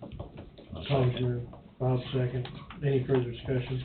No, I don't remember what the last table looked like, and I'm sure your door's always open where any employee can come to you at any time. But the legal intern reports to the legal secretary, and then she reports to paralegal. That's kind of the steps up to get to you. I mean, they all report to me, so Okay. that all. I realize that, they're going through these. The way this written, they're going here first. The way that's written. Sure. And the way that's written, they're not, the way this is written, they can't go to, technically, without going through their supervisor, it's above them. But, you know, I'm okay with it.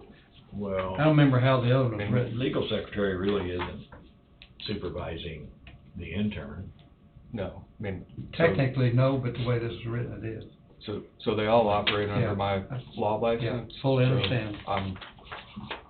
I look at it maybe a little bit differently. If I stretched it out where they all directly report to me, I need That's the way I see two it. sheets They of all paper. directly report to you there, and they come in on sides. Any further discussion? All in favor, say aye. Aye. Motion passes. Okay. The next one is to move to authorize director chairman to sign Coffee County payroll notice for Cale Johnson, county attorney's office, legal intern, new hire, classification 5, step 3, wage $13.99, effective May 16th, 2022. I'll move. Tom moved.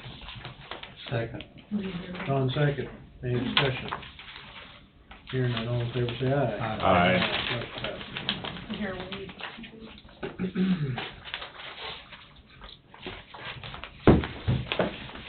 Kale's here, he's been getting experience on a whole lot of different things, mainly running around. Absolutely. Try to keep up. Got your track shoes on. Oh, yeah.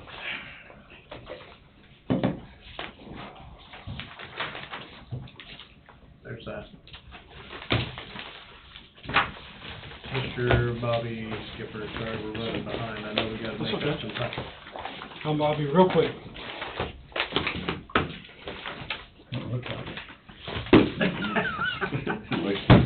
Tom says, no, you're not. He talked faster. And I didn't stop, I drove by and looked at that. 3 items. I'm good. So, there is a lot there. Yeah, it's abnormal. Yeah. Now, you commissioners have looked at this at one point prior, but, openly speaking about it now because it's not really a secret, I guess. But, well,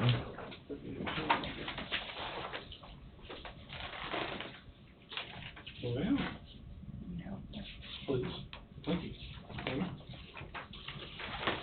So, a few things have firmed up. Last Monday, Flint Hills met with the city, including the mayor, his department heads, an engineer, and a construction person, an electrical construction person, to look at that building. And they spent a good part of the day out there finding out what it would take to get that building right. I met with the mayor following up on one of Mr. Don's comments, Commissioner Don's comments about firming up the city's obligation towards a possible in-kind assistance to this project, and that is, they did confirm the city will provide services, whether it's $1 or $1 million, towards making sure there's infrastructure, adequate electrical infrastructure for a welding facility to exist at the old Walmart building.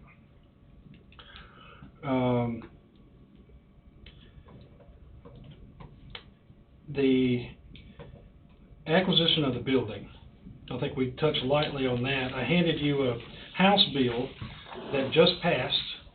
It is to become law July 1st.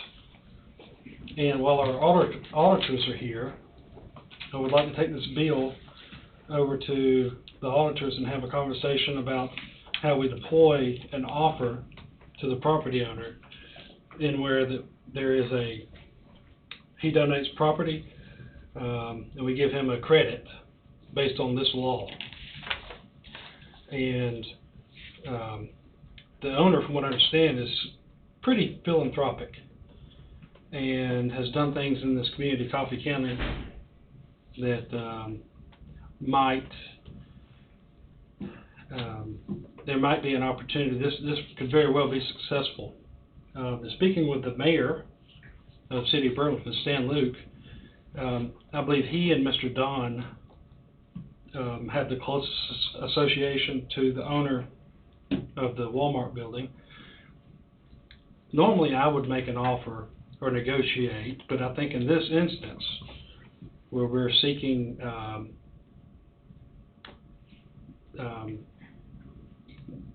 appealing to the good nature of the owner for a philanthropic type action where he may donate the property, I would ask Mr. Don if you would, along with the mayor of Burlington, approach the owner and make this offer. Once I get the accountant's determination on how we actually make this offer, what that looks like on a tax level to the owner.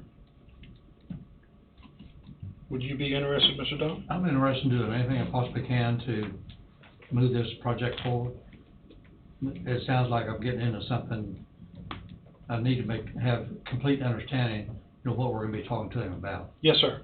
Values and time limit and everything else. Absolutely. I'll get that for you. But whether I need to act on behalf of the total commission, I'm not sure I need to see what Wade says. Well, I think when you get that, I think we all need to be looking at it to know what to let Don say and what not to say. Yep. Yes, sir.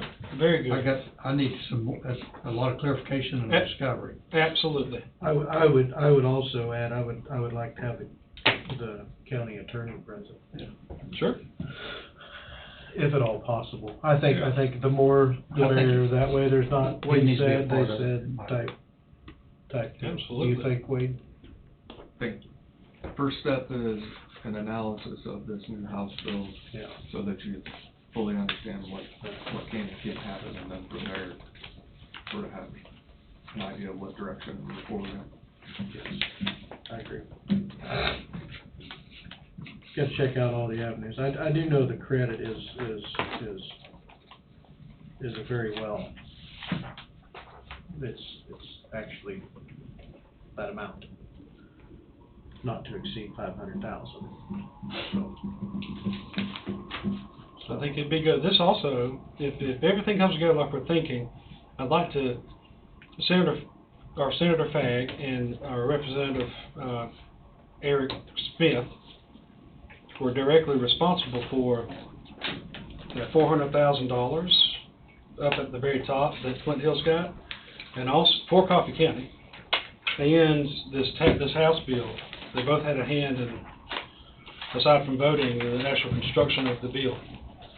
So I think if everything comes together, that this will be a neat interface between the state legislature and our home government. Pretty interesting. Be very nice. Very well.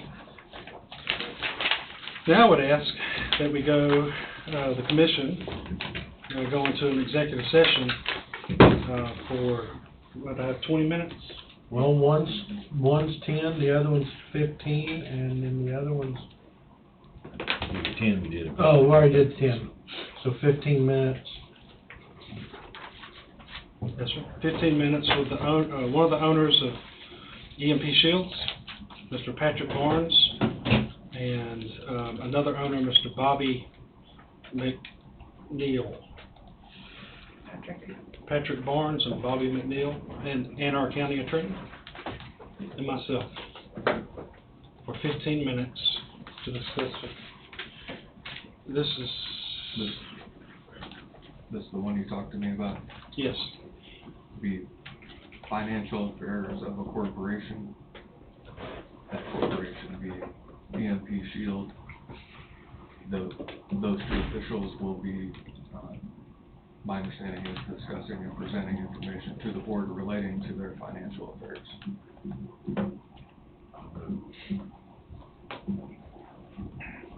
Second. Bob's moved. Tom has seconded.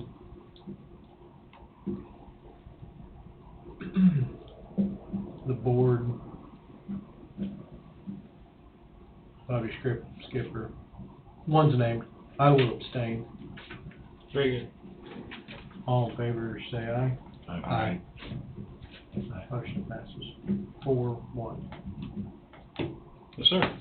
Go in at 11:24. How's that?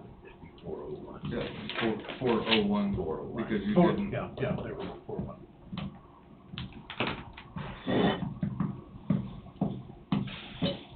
You'll go in at 11, what'd I say? 11:24. 11:24. You got the start clock, he's got the decks, you've got the 11:24 clock. Alright. On your phone. Tom knows how to run it. I've got it set for 15 minutes. Yeah, turn it just a little bit one way or the other and then bump it. We'll get it.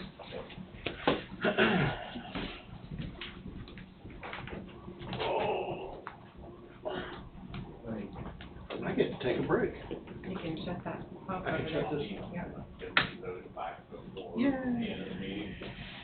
I know. Want me to just take over? Yes, sir. Okay. We're back in regular session. We're gonna need to go back in for at least 15 minutes probably. And I request, sir, that the commission go back into executive session with two agents of EMP Shields that were named before, the county attorney and myself, for 15 minutes under financial affairs and trade secrets of the corporation. I'll make the motion. I'll second. Go ahead, Tom. Been moved second, Tim, Tom, any discussion? not, all in favor, say aye. Aye. Aye. We'll go in for 15 minutes, and we will go in at, 11:44. And This is an 15, extension right? of your first one? Extension of the first This visit. extension of the first one. And I was still abstaining.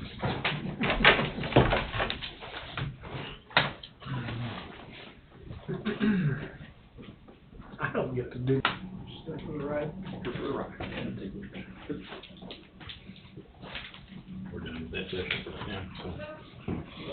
Okay.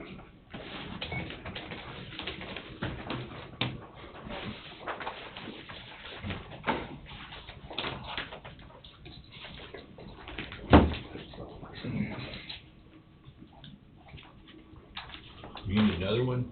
Yes, sir. Do you want to take a break or lunch and come back? No, I don't know, what do you think? No, let's just get on with it.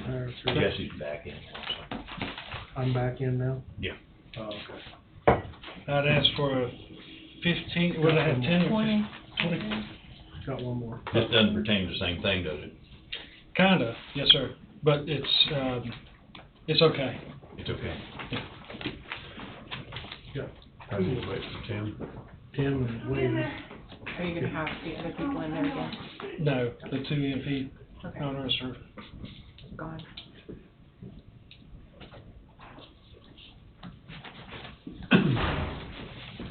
I'd like to ask for a, what was it, 20 minutes? This is weird, considering the second one was 20 minutes. Okay, 20-minute executive session, including the commissioners, the county attorney, and myself, to discuss matters, financial affairs, and trade secrets of a corporation. Wade where?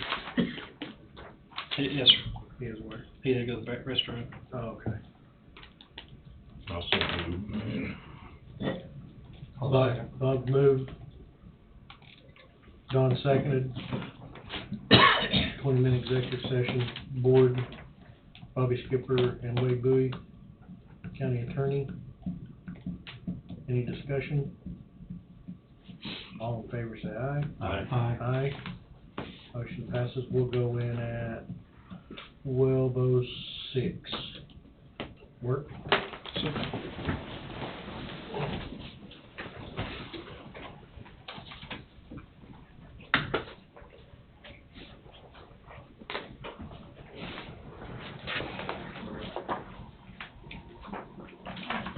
I gave you guys your health insurance stuff too.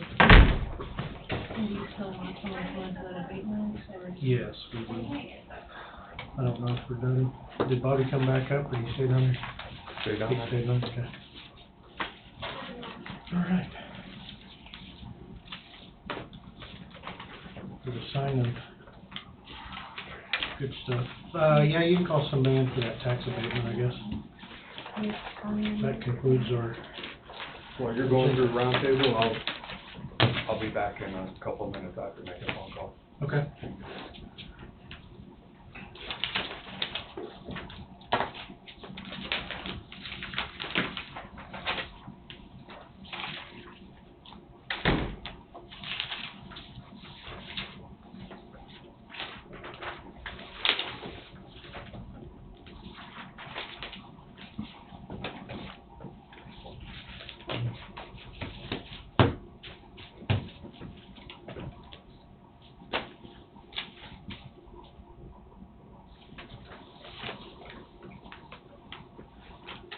There's my insurance, Angie. Okay.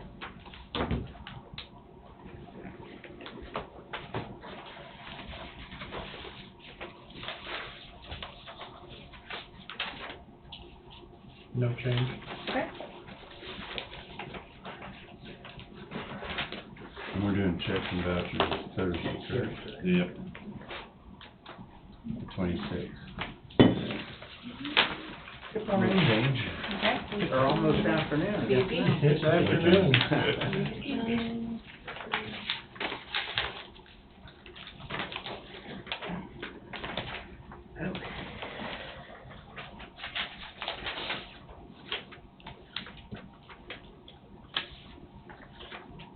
There was no reasoning behind on the abatement. I know they had a hearing on payment under protest, I didn't actually do the hearing, but I can find out some more information about it. Okay. Like Don was saying, it's what, 20% decrease? 20% decrease on the value? Yeah, I don't remember why, but I can sure find out. What age is that property? Fairly new, probably, isn't it? I think so, yeah. We're gonna be here Thursday, so if you could do some discovery, or next Monday. Okay.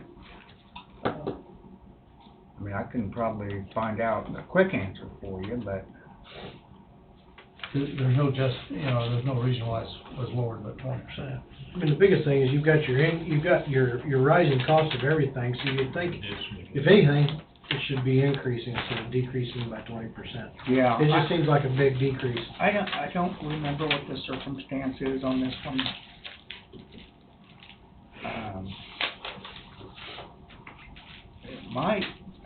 It might be that it's not 100% complete yet, but I don't know that for sure until I do some checking. I guess if you can let us know Thursday, that'll work. If not, we'll be back Monday. No, it won't be Tuesday. Okay. We won't be here Monday. It'll be Tuesday. It'll be next Tuesday, Thursday or Tuesday. Okay. Okay, appreciate it. Thank you. You can keep that. I can have those. You got copies of it? Yeah. Okay. Thank you.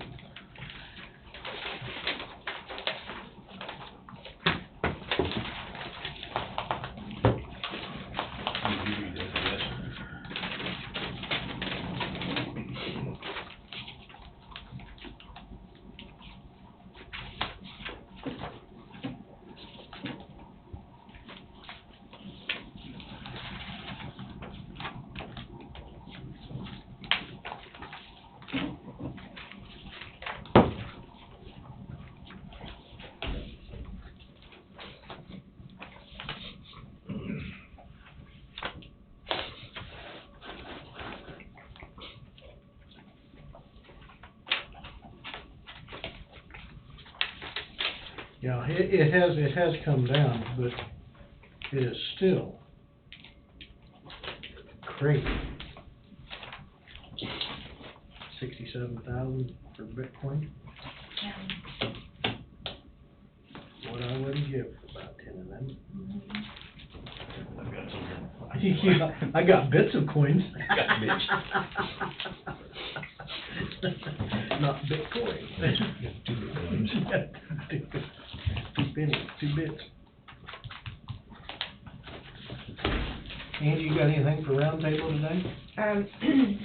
Just that, as you guys, I've given you your health insurance information and the voluntary health insurance information. I've notified departments to not sign up for the short-term disability because we're working on getting that going here soon. So, I think that's pretty much all I have for you guys today. Okay. Andrea?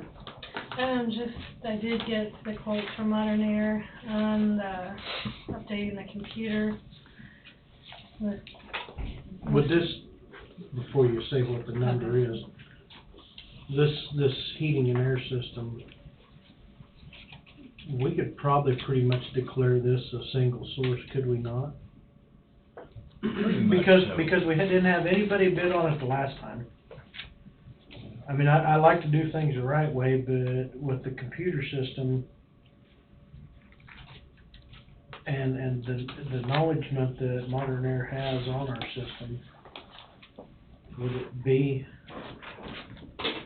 safe to do a single source? They pretty well have done everything for the last how many years, Angie? Quite a few. We used to have a confirm out of Kansas City or Lawrence, but they were almost a fly-by-night. Didn't work, so we went with basically Modern Air, and we've used them ever since for almost everything. Well, the reason I'm asking is because of the dollar value. And they know. Yeah.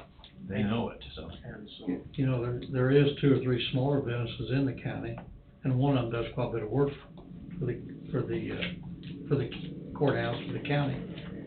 But will they be qualified to get involved in something that big? I have no idea. And you probably have a better idea. I mean, well. They haven't bid anything for And X when amount of time, so. And when we did the HVAC upgrade, Modern Air was the only one who Yeah. bid that, and so that, all the upgrades are there, and everything we've had done has been the work that Modern Air has done. If there was somebody recently. locally, you know, that could start doing that for us, it'd be a plus for that business in the county. But whether they're qualified or not, I have no idea. They don't have. And how do you the secure whether ability. they would be or not? I mean, they do what they can and have done in the past. If I can speak up, you know, I don't mean to take over there, but, for the project and the size of everything we have, Modern Air is more commercial for that, and the system they have, just to add on to that, sorry, I didn't mean to interrupt you. It was actually a computer system that was out of Manhattan, I think, and I think they've kind of taken that system over, so I'm pretty sure they're gonna be the only ones knowledgeable on that. To do anything different, it would be a large sum of money. I'm sure that'd be. To get somebody else in here to be to be able to compete with Modern Air in the system that we have, you'd be looking at $100,000 for the heating and air system if you went with somebody else to bring in their system, because somebody's not gonna wanna service Modern Air's system for them. They're gonna always be suggesting to replace this, replace that, and eventually you'd be over to their system eventually. I don't know, I would say, And this Go does ahead. include, the training on their new computer system too, so it's material, labor, programming, graphics, and training, if you want to. I don't know, we probably need, I'll let y'all go through and look at this, and then we can see if we want a motion to accept that.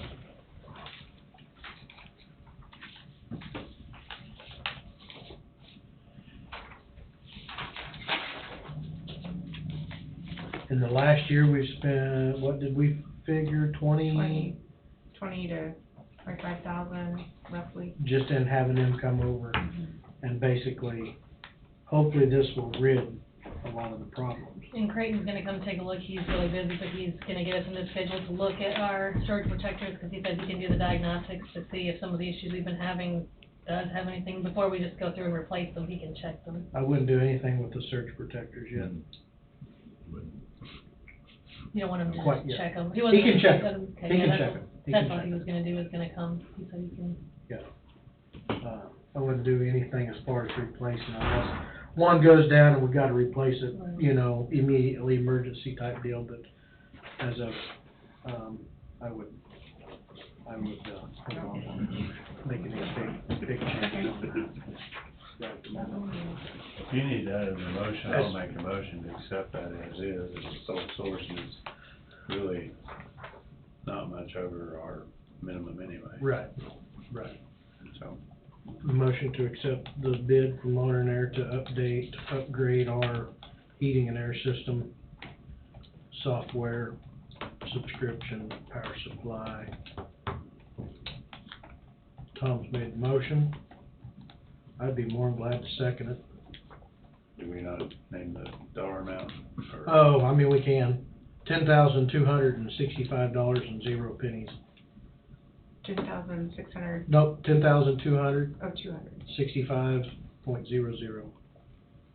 Like I said, it's only 200 over what we can do without going for bid, so. Right.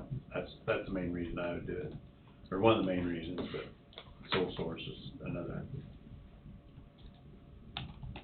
Tom's moved, Jesse seconded. Any further discussion? Hearing none, all in favor say aye. Aye. Aye. Motion passes. Do I need to sign this? Yes.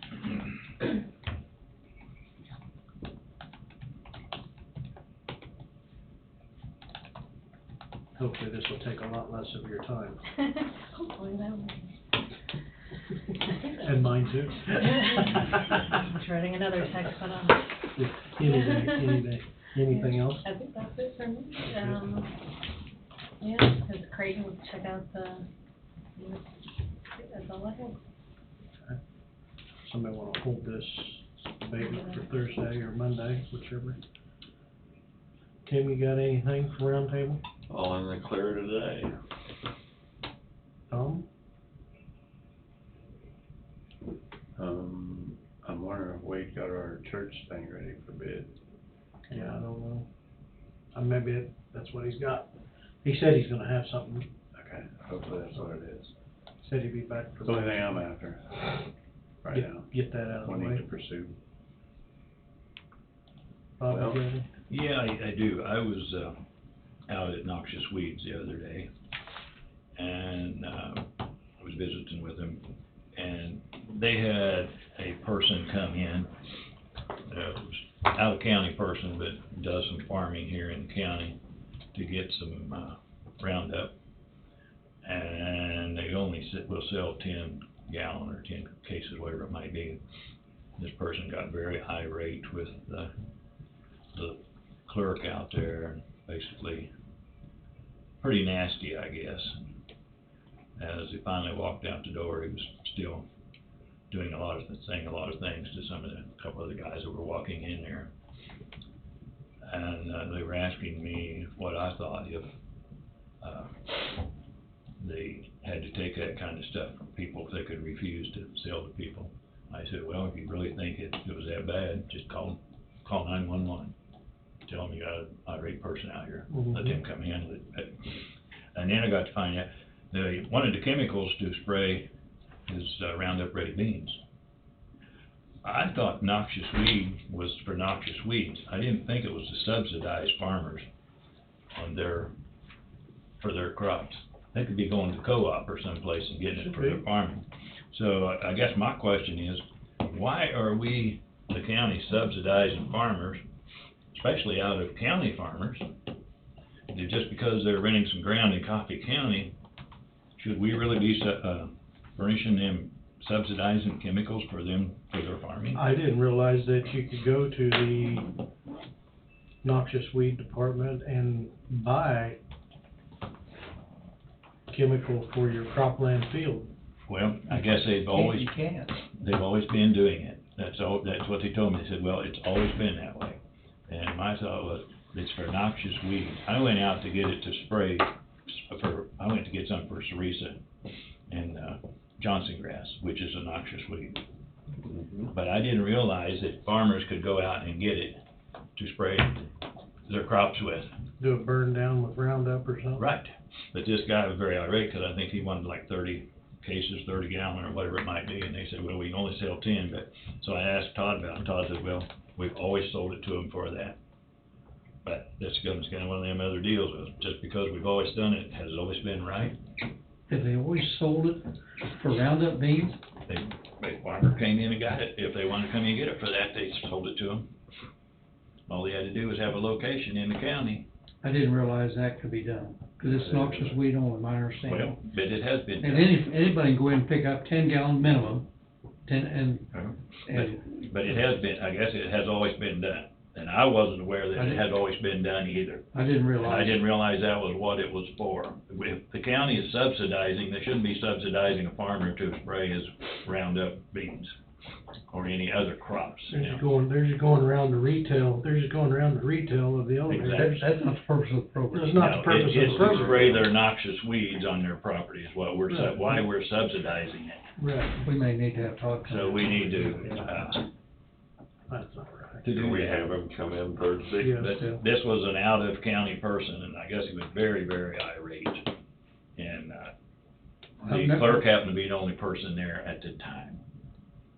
So, then the question was, do we have to sell or put up with people like that? And my answer was, well, just like any other business, no, you don't. You could just call sheriff's department, have someone else come out or whatever it might be, if you feel like it was really being threatened. I didn't realize they sell anything for Roundup beans. Well, they do. I didn't know either, but they do, evidently they do. I think the easiest way to stop that is just stop that. We need to stop that. So, I don't know whether we want to have Todd come in Thursday and He just thought talk to Todd about it, I'd say most definitely. because I'm thinking, we've probably been subsidizing a lot of people over the years. Mhm. Yep, I can see it, spray Cerisa. That's why Something co-ops like and that. stuff sell that stuff. to Exactly. farmers. Exactly. Yep. You know, they're just going around the, Yeah, going around the middleman, basically. so anyway, that's all I have, so hopefully we can get that taken care of. Tom, I had you was looking at something after we went to Bob. Did you have anything else? No. Churchdale. Churchdale. Don, you got anything? The only thing I've got, I don't think we've ever come up with an exact dollar amount on the jail. You know, the jail committee meets Wednesday night, as I understand it, to get complete details. And June the 3rd is the first kickoff meeting. I'm not even sure what city that goes to, but doesn't make it, to me, we haven't made an exact commitment on what we're putting forward in the jail with 6 million, 8 million, 10 million. And the company that we've retained is gonna need to know how much is gonna be for bonds. Mm-hmm. And for the committee to do their job and go out and promote the program, to me, there's some questions that there needs to have some answers for. And I know we've talked about some different figures. We haven't set anything down in black and white. I thought our bonding guy was gonna get us something, tell us what might be the figure that we really wanted to look at, what was the best figure. We gotta have something. And you know, with interest, I don't even know what bond interest rates are going now. You know, if it's gotten up to 5%, every $1 million that we bond out costs us $50,000 a year. So, and we need to conserve as much as we can. But the committee meets Wednesday night. That's the last meeting prior to the first city meeting. Which is Gridley. It's Gridley. I haven't looked yet. Mm-hmm. But we need to have some information from the bonding company, PDQ. I know when he left here that day, we told him that the committee met on the 25th, and they would need some information by then.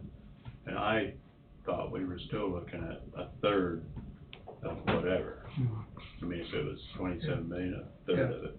Someplace in that, yeah, but we haven't set anything down concrete yet. And our first meeting's just tomorrow. Again, I think we'll have to get his number and give him a buzz.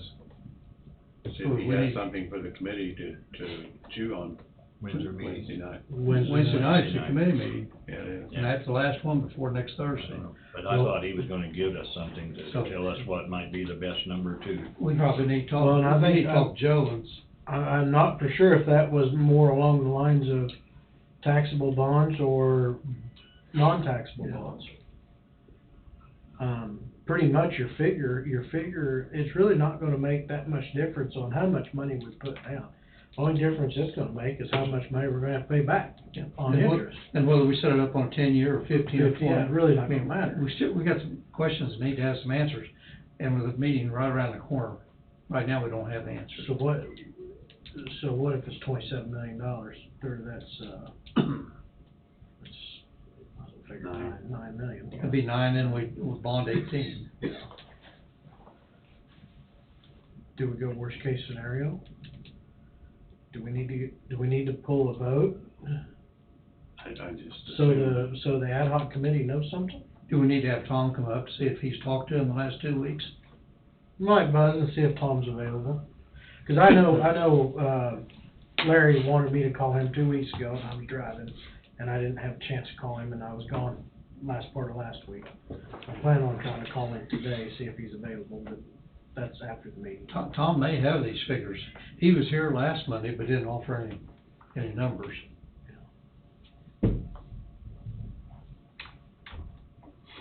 To be fair to our committee, they need to have some answers, because they're gonna be asked some questions. I would just say up to 9 million. I know there's several, I mean, I don't know why we couldn't up to 9. That way they know what numbers they're working with. And I know Bob didn't wanna go that much, but. Well, it originally started out, the numbers, cost of construction were way lower than they are now, of course, but, and then at that time, it was a third. That's what we were kicking around anyway. For bonding and. But if you only look at.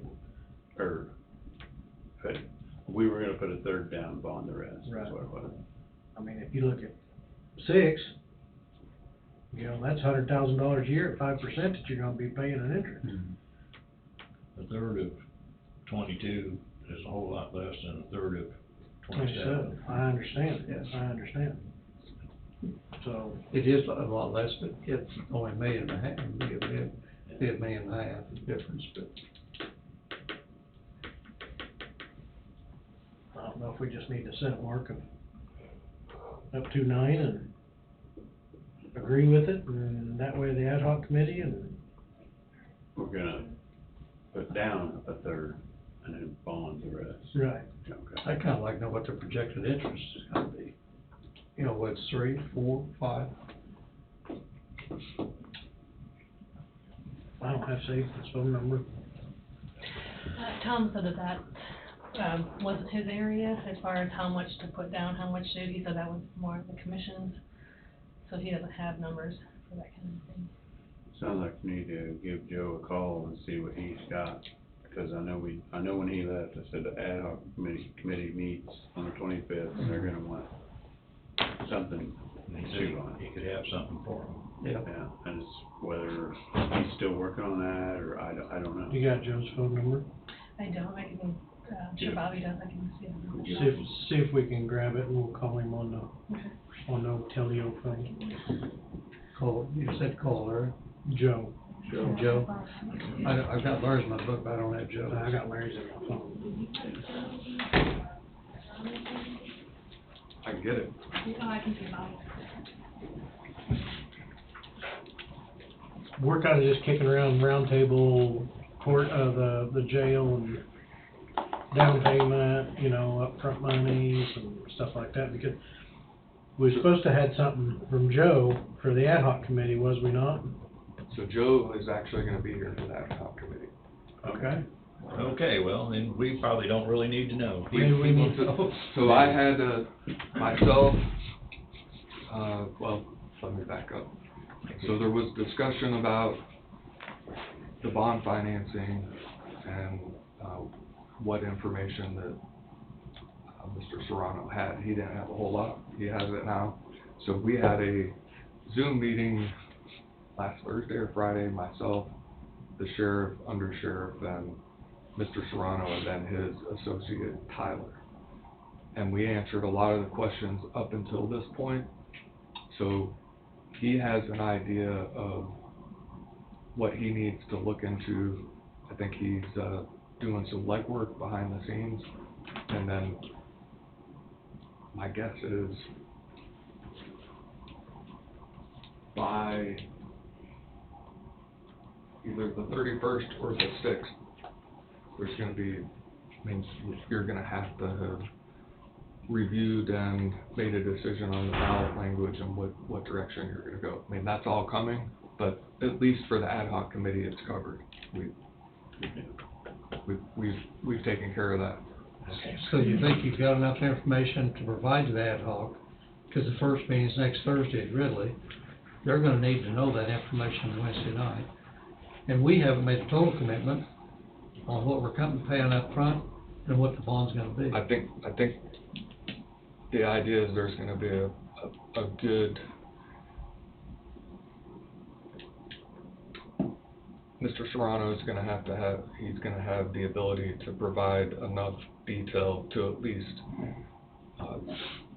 answer questions and see where we are with the ad hoc committee.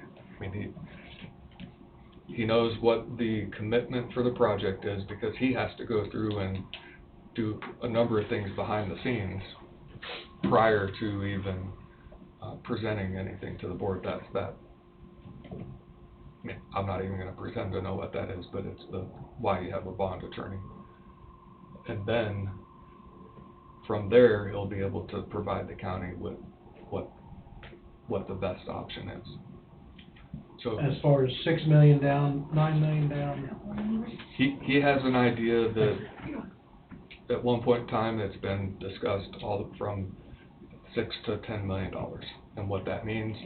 And then, part of the conversation last week was because the county's financial situation, the county should get the best rating. Now, what that rating would have been a year ago versus today is significantly different, but it's still going to be better than what others would be because of what status Coffee County has.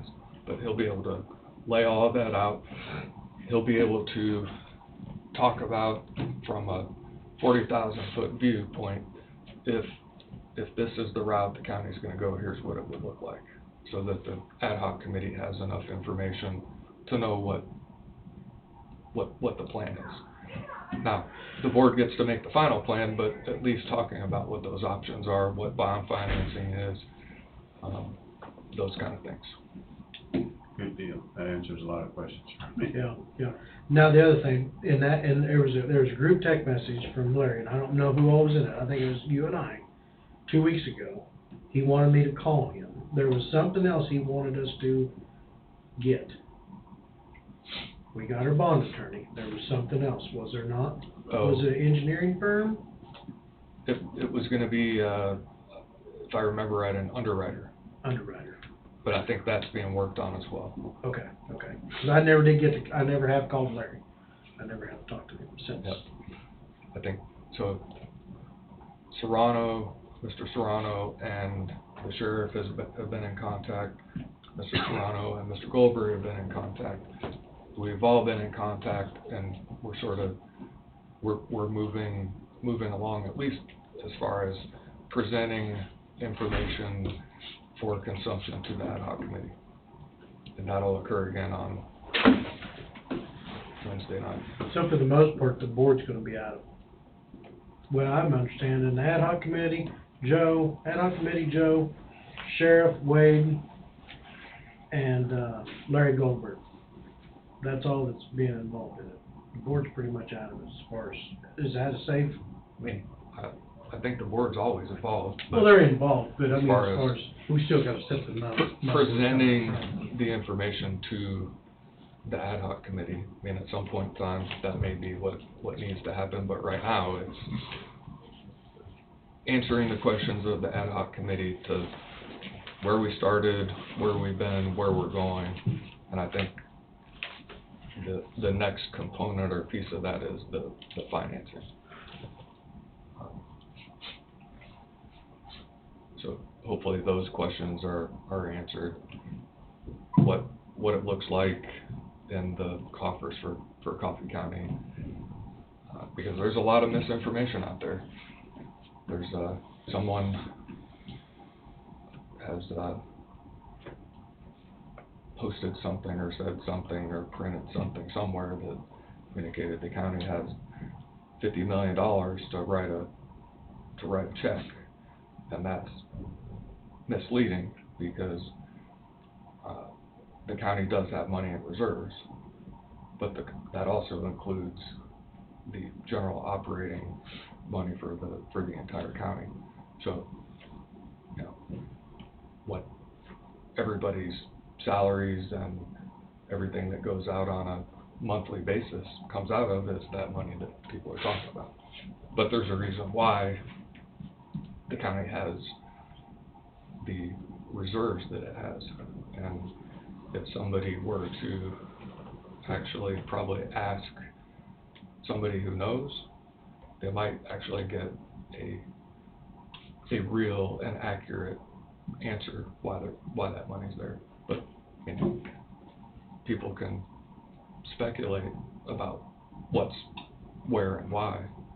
But as we've talked about previously, you know, the $9 million in the risk management reserve fund, Coffee County is self-insured. The recommendation from the auditor or somebody, or the insurance company, I don't remember which one. Insurance underwriter. It's before my time, recommended the county keep X number of dollars in reserves, because when you're self-funded, that's smart business. So you wipe out that money because that's what that's for, and you go through that with each of the accounts. I mean, the general fund is what, 6, 8, 9. And we've had some pretty good claims this year on self-funding too. $9 million or $6 million. General's 8.5. So Nope. I mean. Nope, sorry, 5.5. April was 5.5. So, and that's the county's operating money. So that's what that fund goes to. So I think, you know, if somebody wants to have a explanation of why the money is where it is, I think if somebody wants to sit and listen and realize why it's there, it might make a whole lot more sense. But that's just me. Maybe it won't. Thanks for the information on Toronto. Yeah.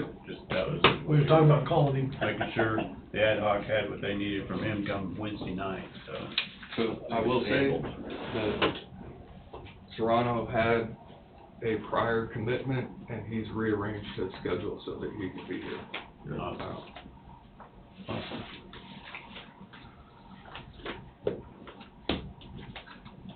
Wade, you got anything for roundtable today?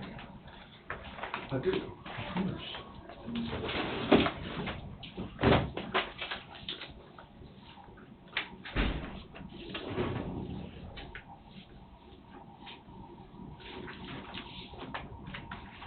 So this isn't a finalized version, but it's probably a rough draft for you to look at because there's some, I want to make sure you're,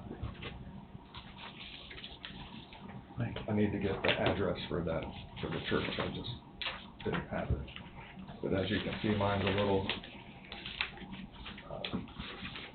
thank you, thicker, maybe, is the right word? So what I just printed out. A little wordier? Wordy is one word, but what I call it is, layers of protection. How about, you call it wordy, I call it layers of protection. I'm good. So some of the attorney drew it up. highlights are,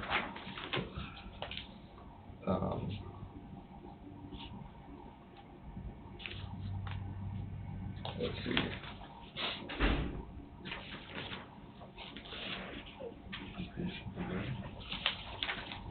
Number 5 on page, I guess, third page, says, the county reserves the right to accept a bid which in its judgment is the lowest and best bid, or should that be lowest or best bid?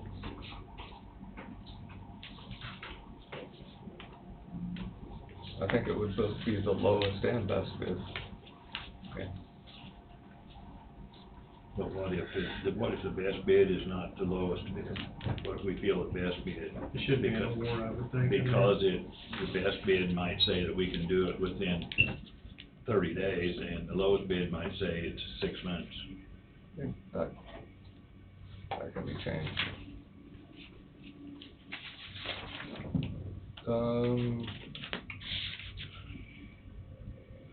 So number 10.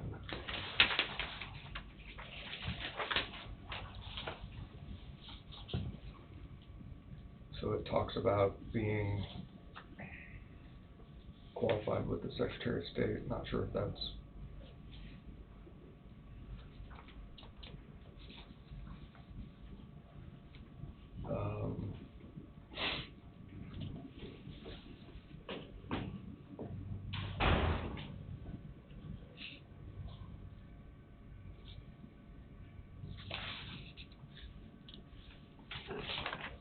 where's one of the ones?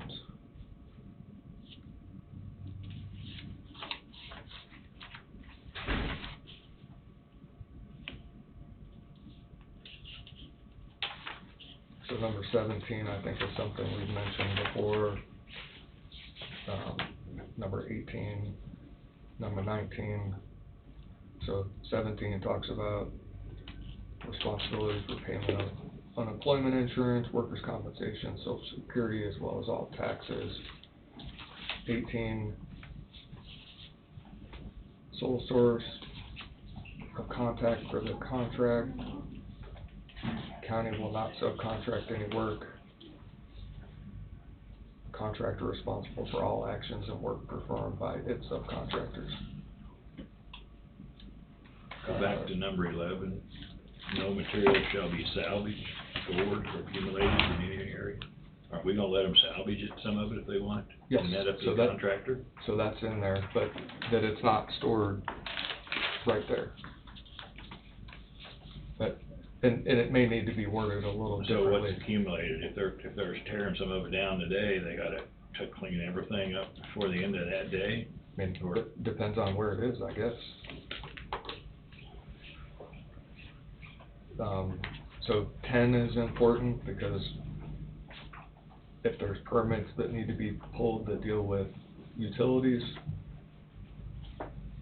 so the contractor has to deal with disconnecting utilities, whether that be water, sewage, I don't know if there's gas over there. The bonds, performance bond, and then those bonds are to be executed by a surety company authorized to do business in the state of Kansas.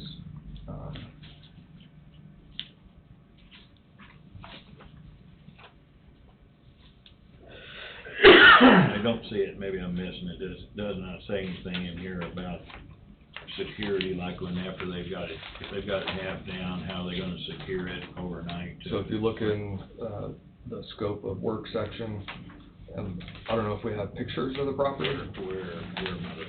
Keep flipping back. So part of the problem with this is my formatting, I spent way too long, and my formatting is not cooperating, so I'm still trying to fix that. But it's scope of work, probably about 6 or 7 pages in.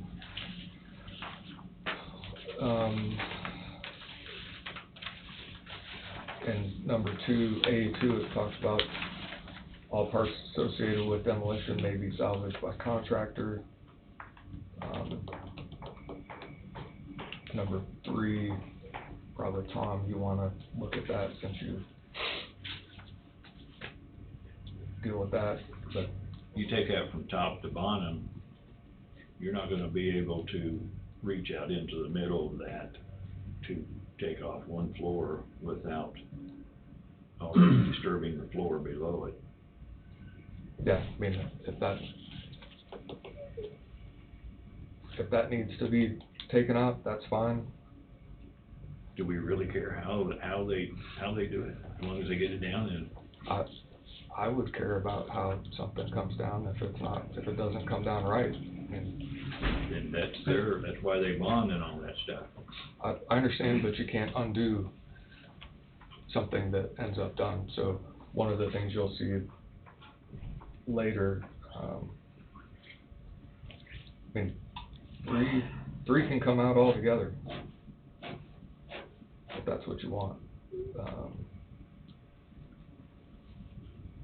Protection for adjacent properties, so we do have that property to the side, so I don't know if, I would assume that nothing would happen, but if it's not there, then this is there, and that's in 5.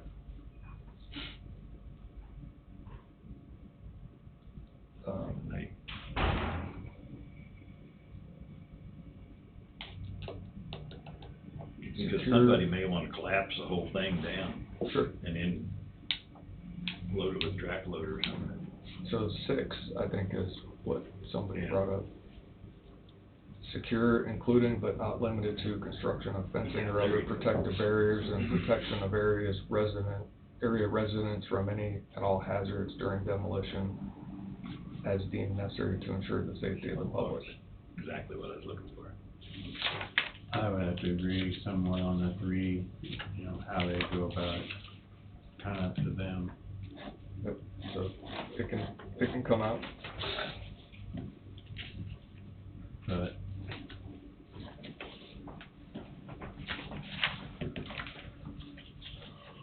So qualification, the selection process, which is on the next part, talks about what the expectations are, outline, price for labor, materials, submit summary of experience qualifications, certificates of liability insurance, that needs to come out. There's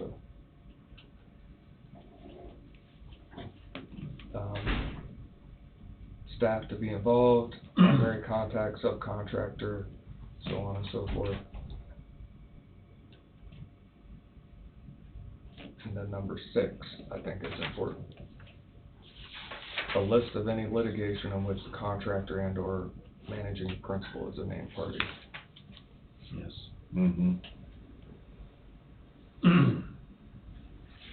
I may, the only thing we didn't have in this would be that about filling that void in dirt provided by the county and compacted.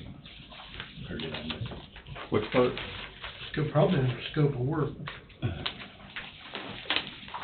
Would you say that again? I missed it. Filling in that void from the basement with filled dirt provided by the county and compacted. Oh. In lists of no more than a foot. Yeah, I put, So, If they're gonna bring that yellow clay in, some of that packing dirt, I'm not too sure it'd not be in 6-inch lists. could be, that's why I just. I know every yellow, the situations I've, nothing ever over 6-inch lists to get it where it needs to be. so we can add that.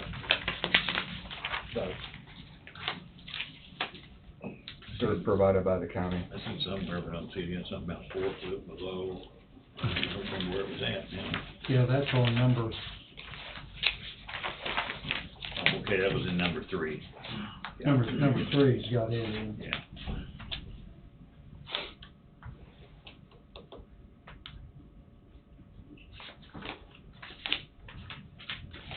You're taking number 3 out. Yep. That's okay.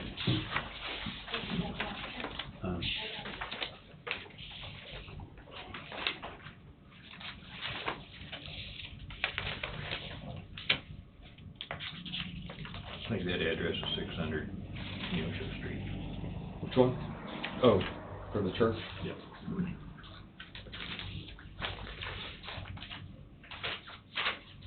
And excuse me, we were gonna provide a site for them to haul off unsalvaged material.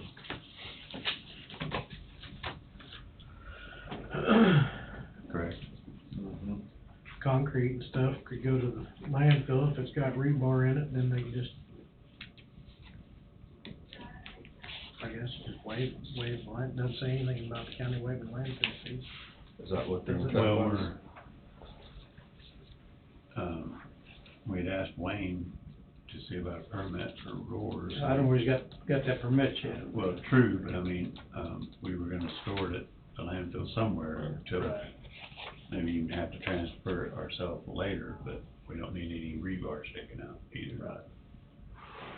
I was just saying it's all. Cause they won't let you dump it over on a river. So are we waiving landfill fees for everything else? I would.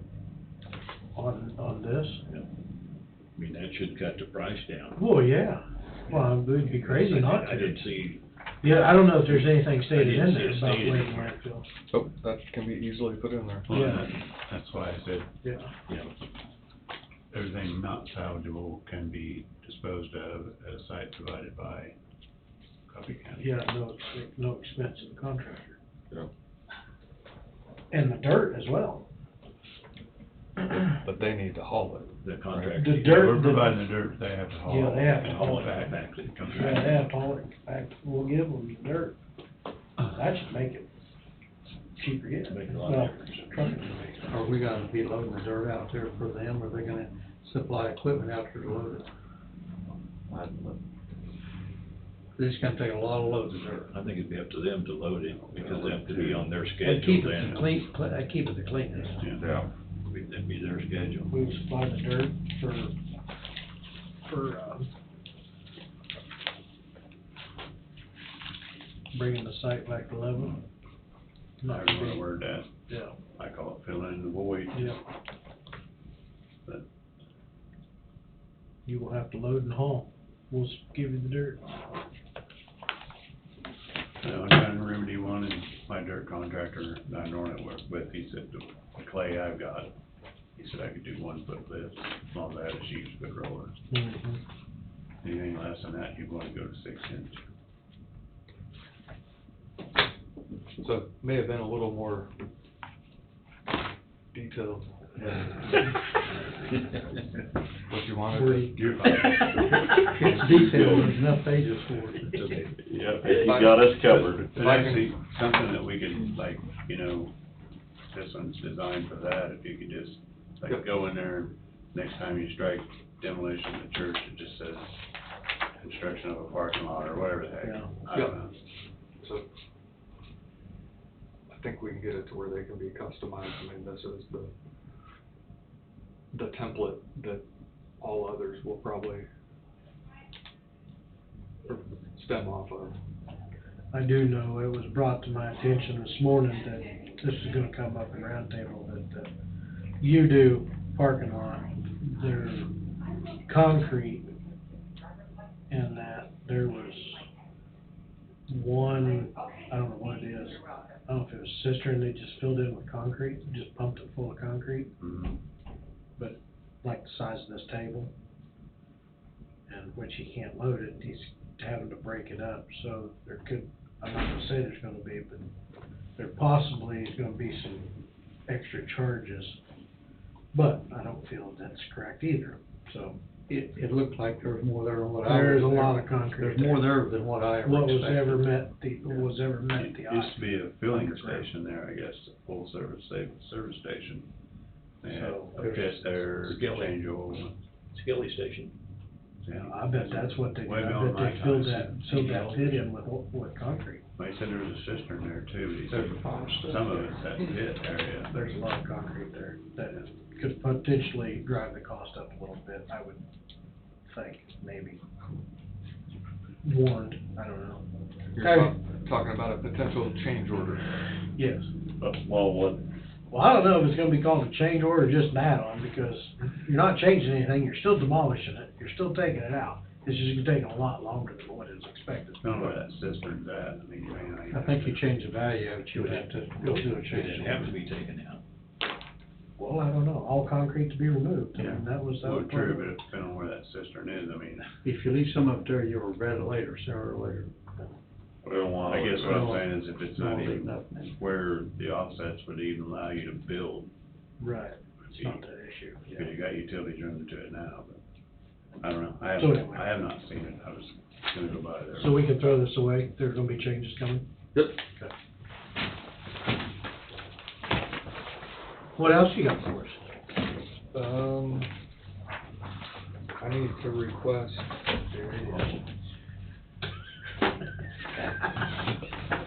15-minute executive session, myself and the board, under the attorney-client exception to the Kansas Open Meetings Act. It's to discuss,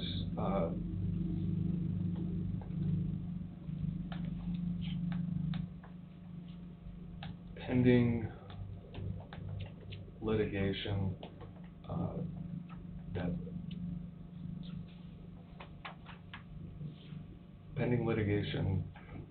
that may affect the county, I guess is the way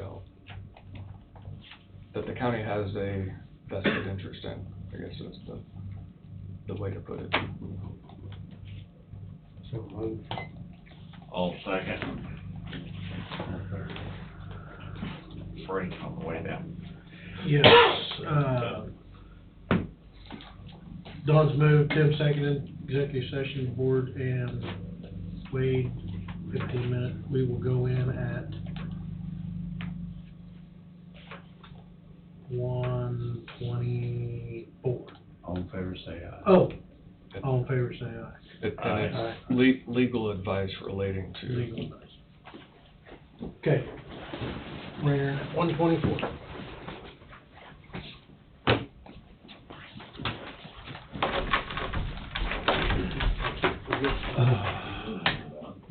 Keep forgetting. Yeah. Terrible tip. You talk about a crowd, he would draw a crowd. I'm sure. Ted Nugent. Willie Nelson. Oh, if we can get Willie Nelson. My dad would be front row, because he loves Willie Nelson. I'd shoot a neighbor to get Willie Nelson down there. I'd shoot Willie Nelson just for the neighbors.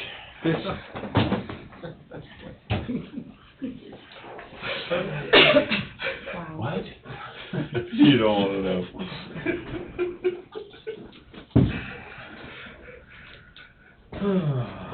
Let's see. You guys 90 years old, leave him alone. Still going strong. Yeah. How?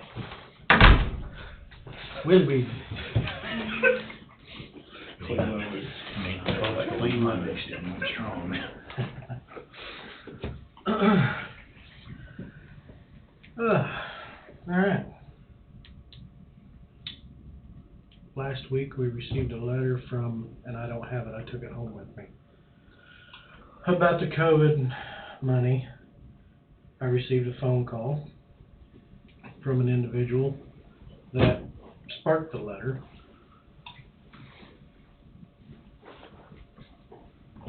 About the funding of this individual's lost wages during his spell of COVID. I informed the individual that we would bring it back up today, so I'm sure it's gonna be watched. So I'm gonna do what I said I was gonna do, bring it up. I expressed great concern about doing this. I asked, it basically the same thing as having a heart attack or a stroke or something like that. And I said, you do it for one, you gotta do it for all. And I said, I don't know that we wanna jump down into that rabbit hole.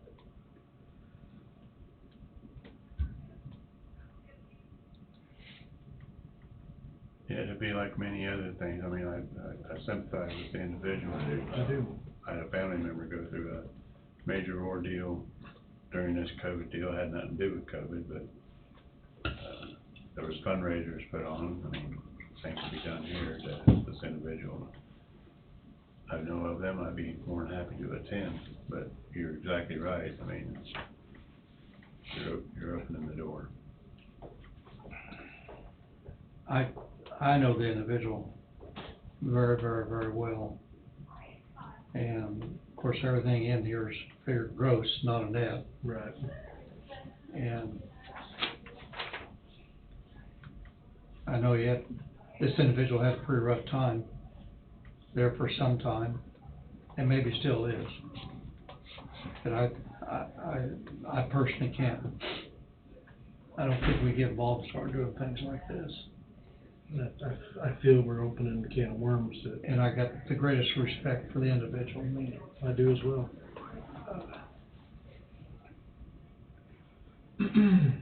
So I guess, I hear the general consensus is no. So I told the lady I'd bring it back up today.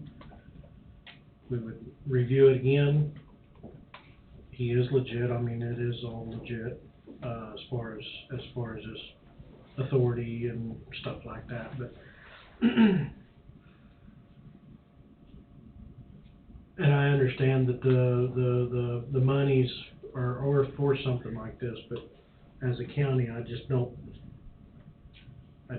think it can be done. An individual could have maybe done something back when they was handing out money to pursue maybe the PPP type deal or some type of COVID relief because his business was affected.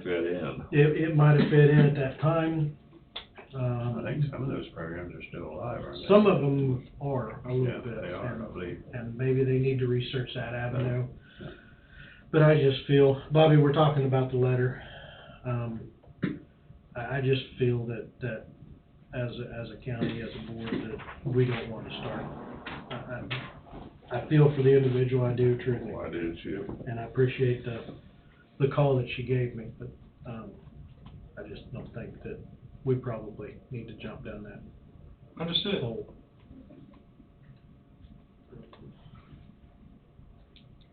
Fair enough. I revisit. She's got my number.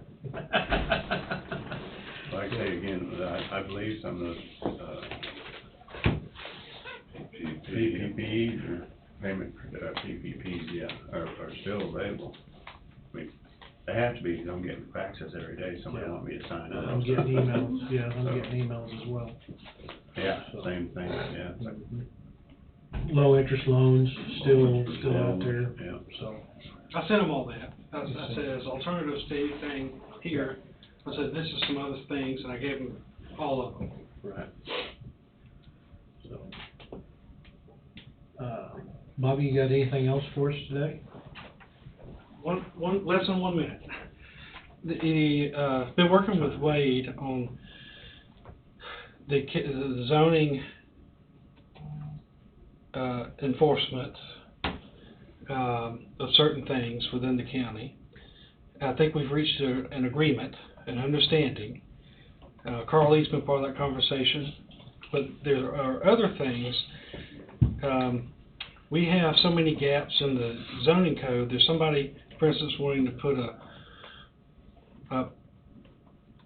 10-foot by 18-foot home next to a roadway. We don't have any provisions to stop that. I need to bring to the commissioners at some point, along with everything that Wade's talking about, just almost an overhaul of some of the pieces within the zoning code that we know exist. And anyways, that's coming up here pretty soon. And you're invited to be part of the conversation. But it's coming up here very soon. Very well. Very well. Thank you. By golly, he did keep it under a minute. What are you doing? He's timing you. He's timing you, Bobby. You didn't start quick enough. That was close enough. It was pretty close. I don't have anything else new. I don't have anything. Thursday, we got checks and vouchers. Yep. I guess we'll recess until Thursday at 1:48. Recess at 1:48 till Thursday. Thursday at 9 a.m. At 9 a.m. I'll turn that around. I'm code talking, Tom.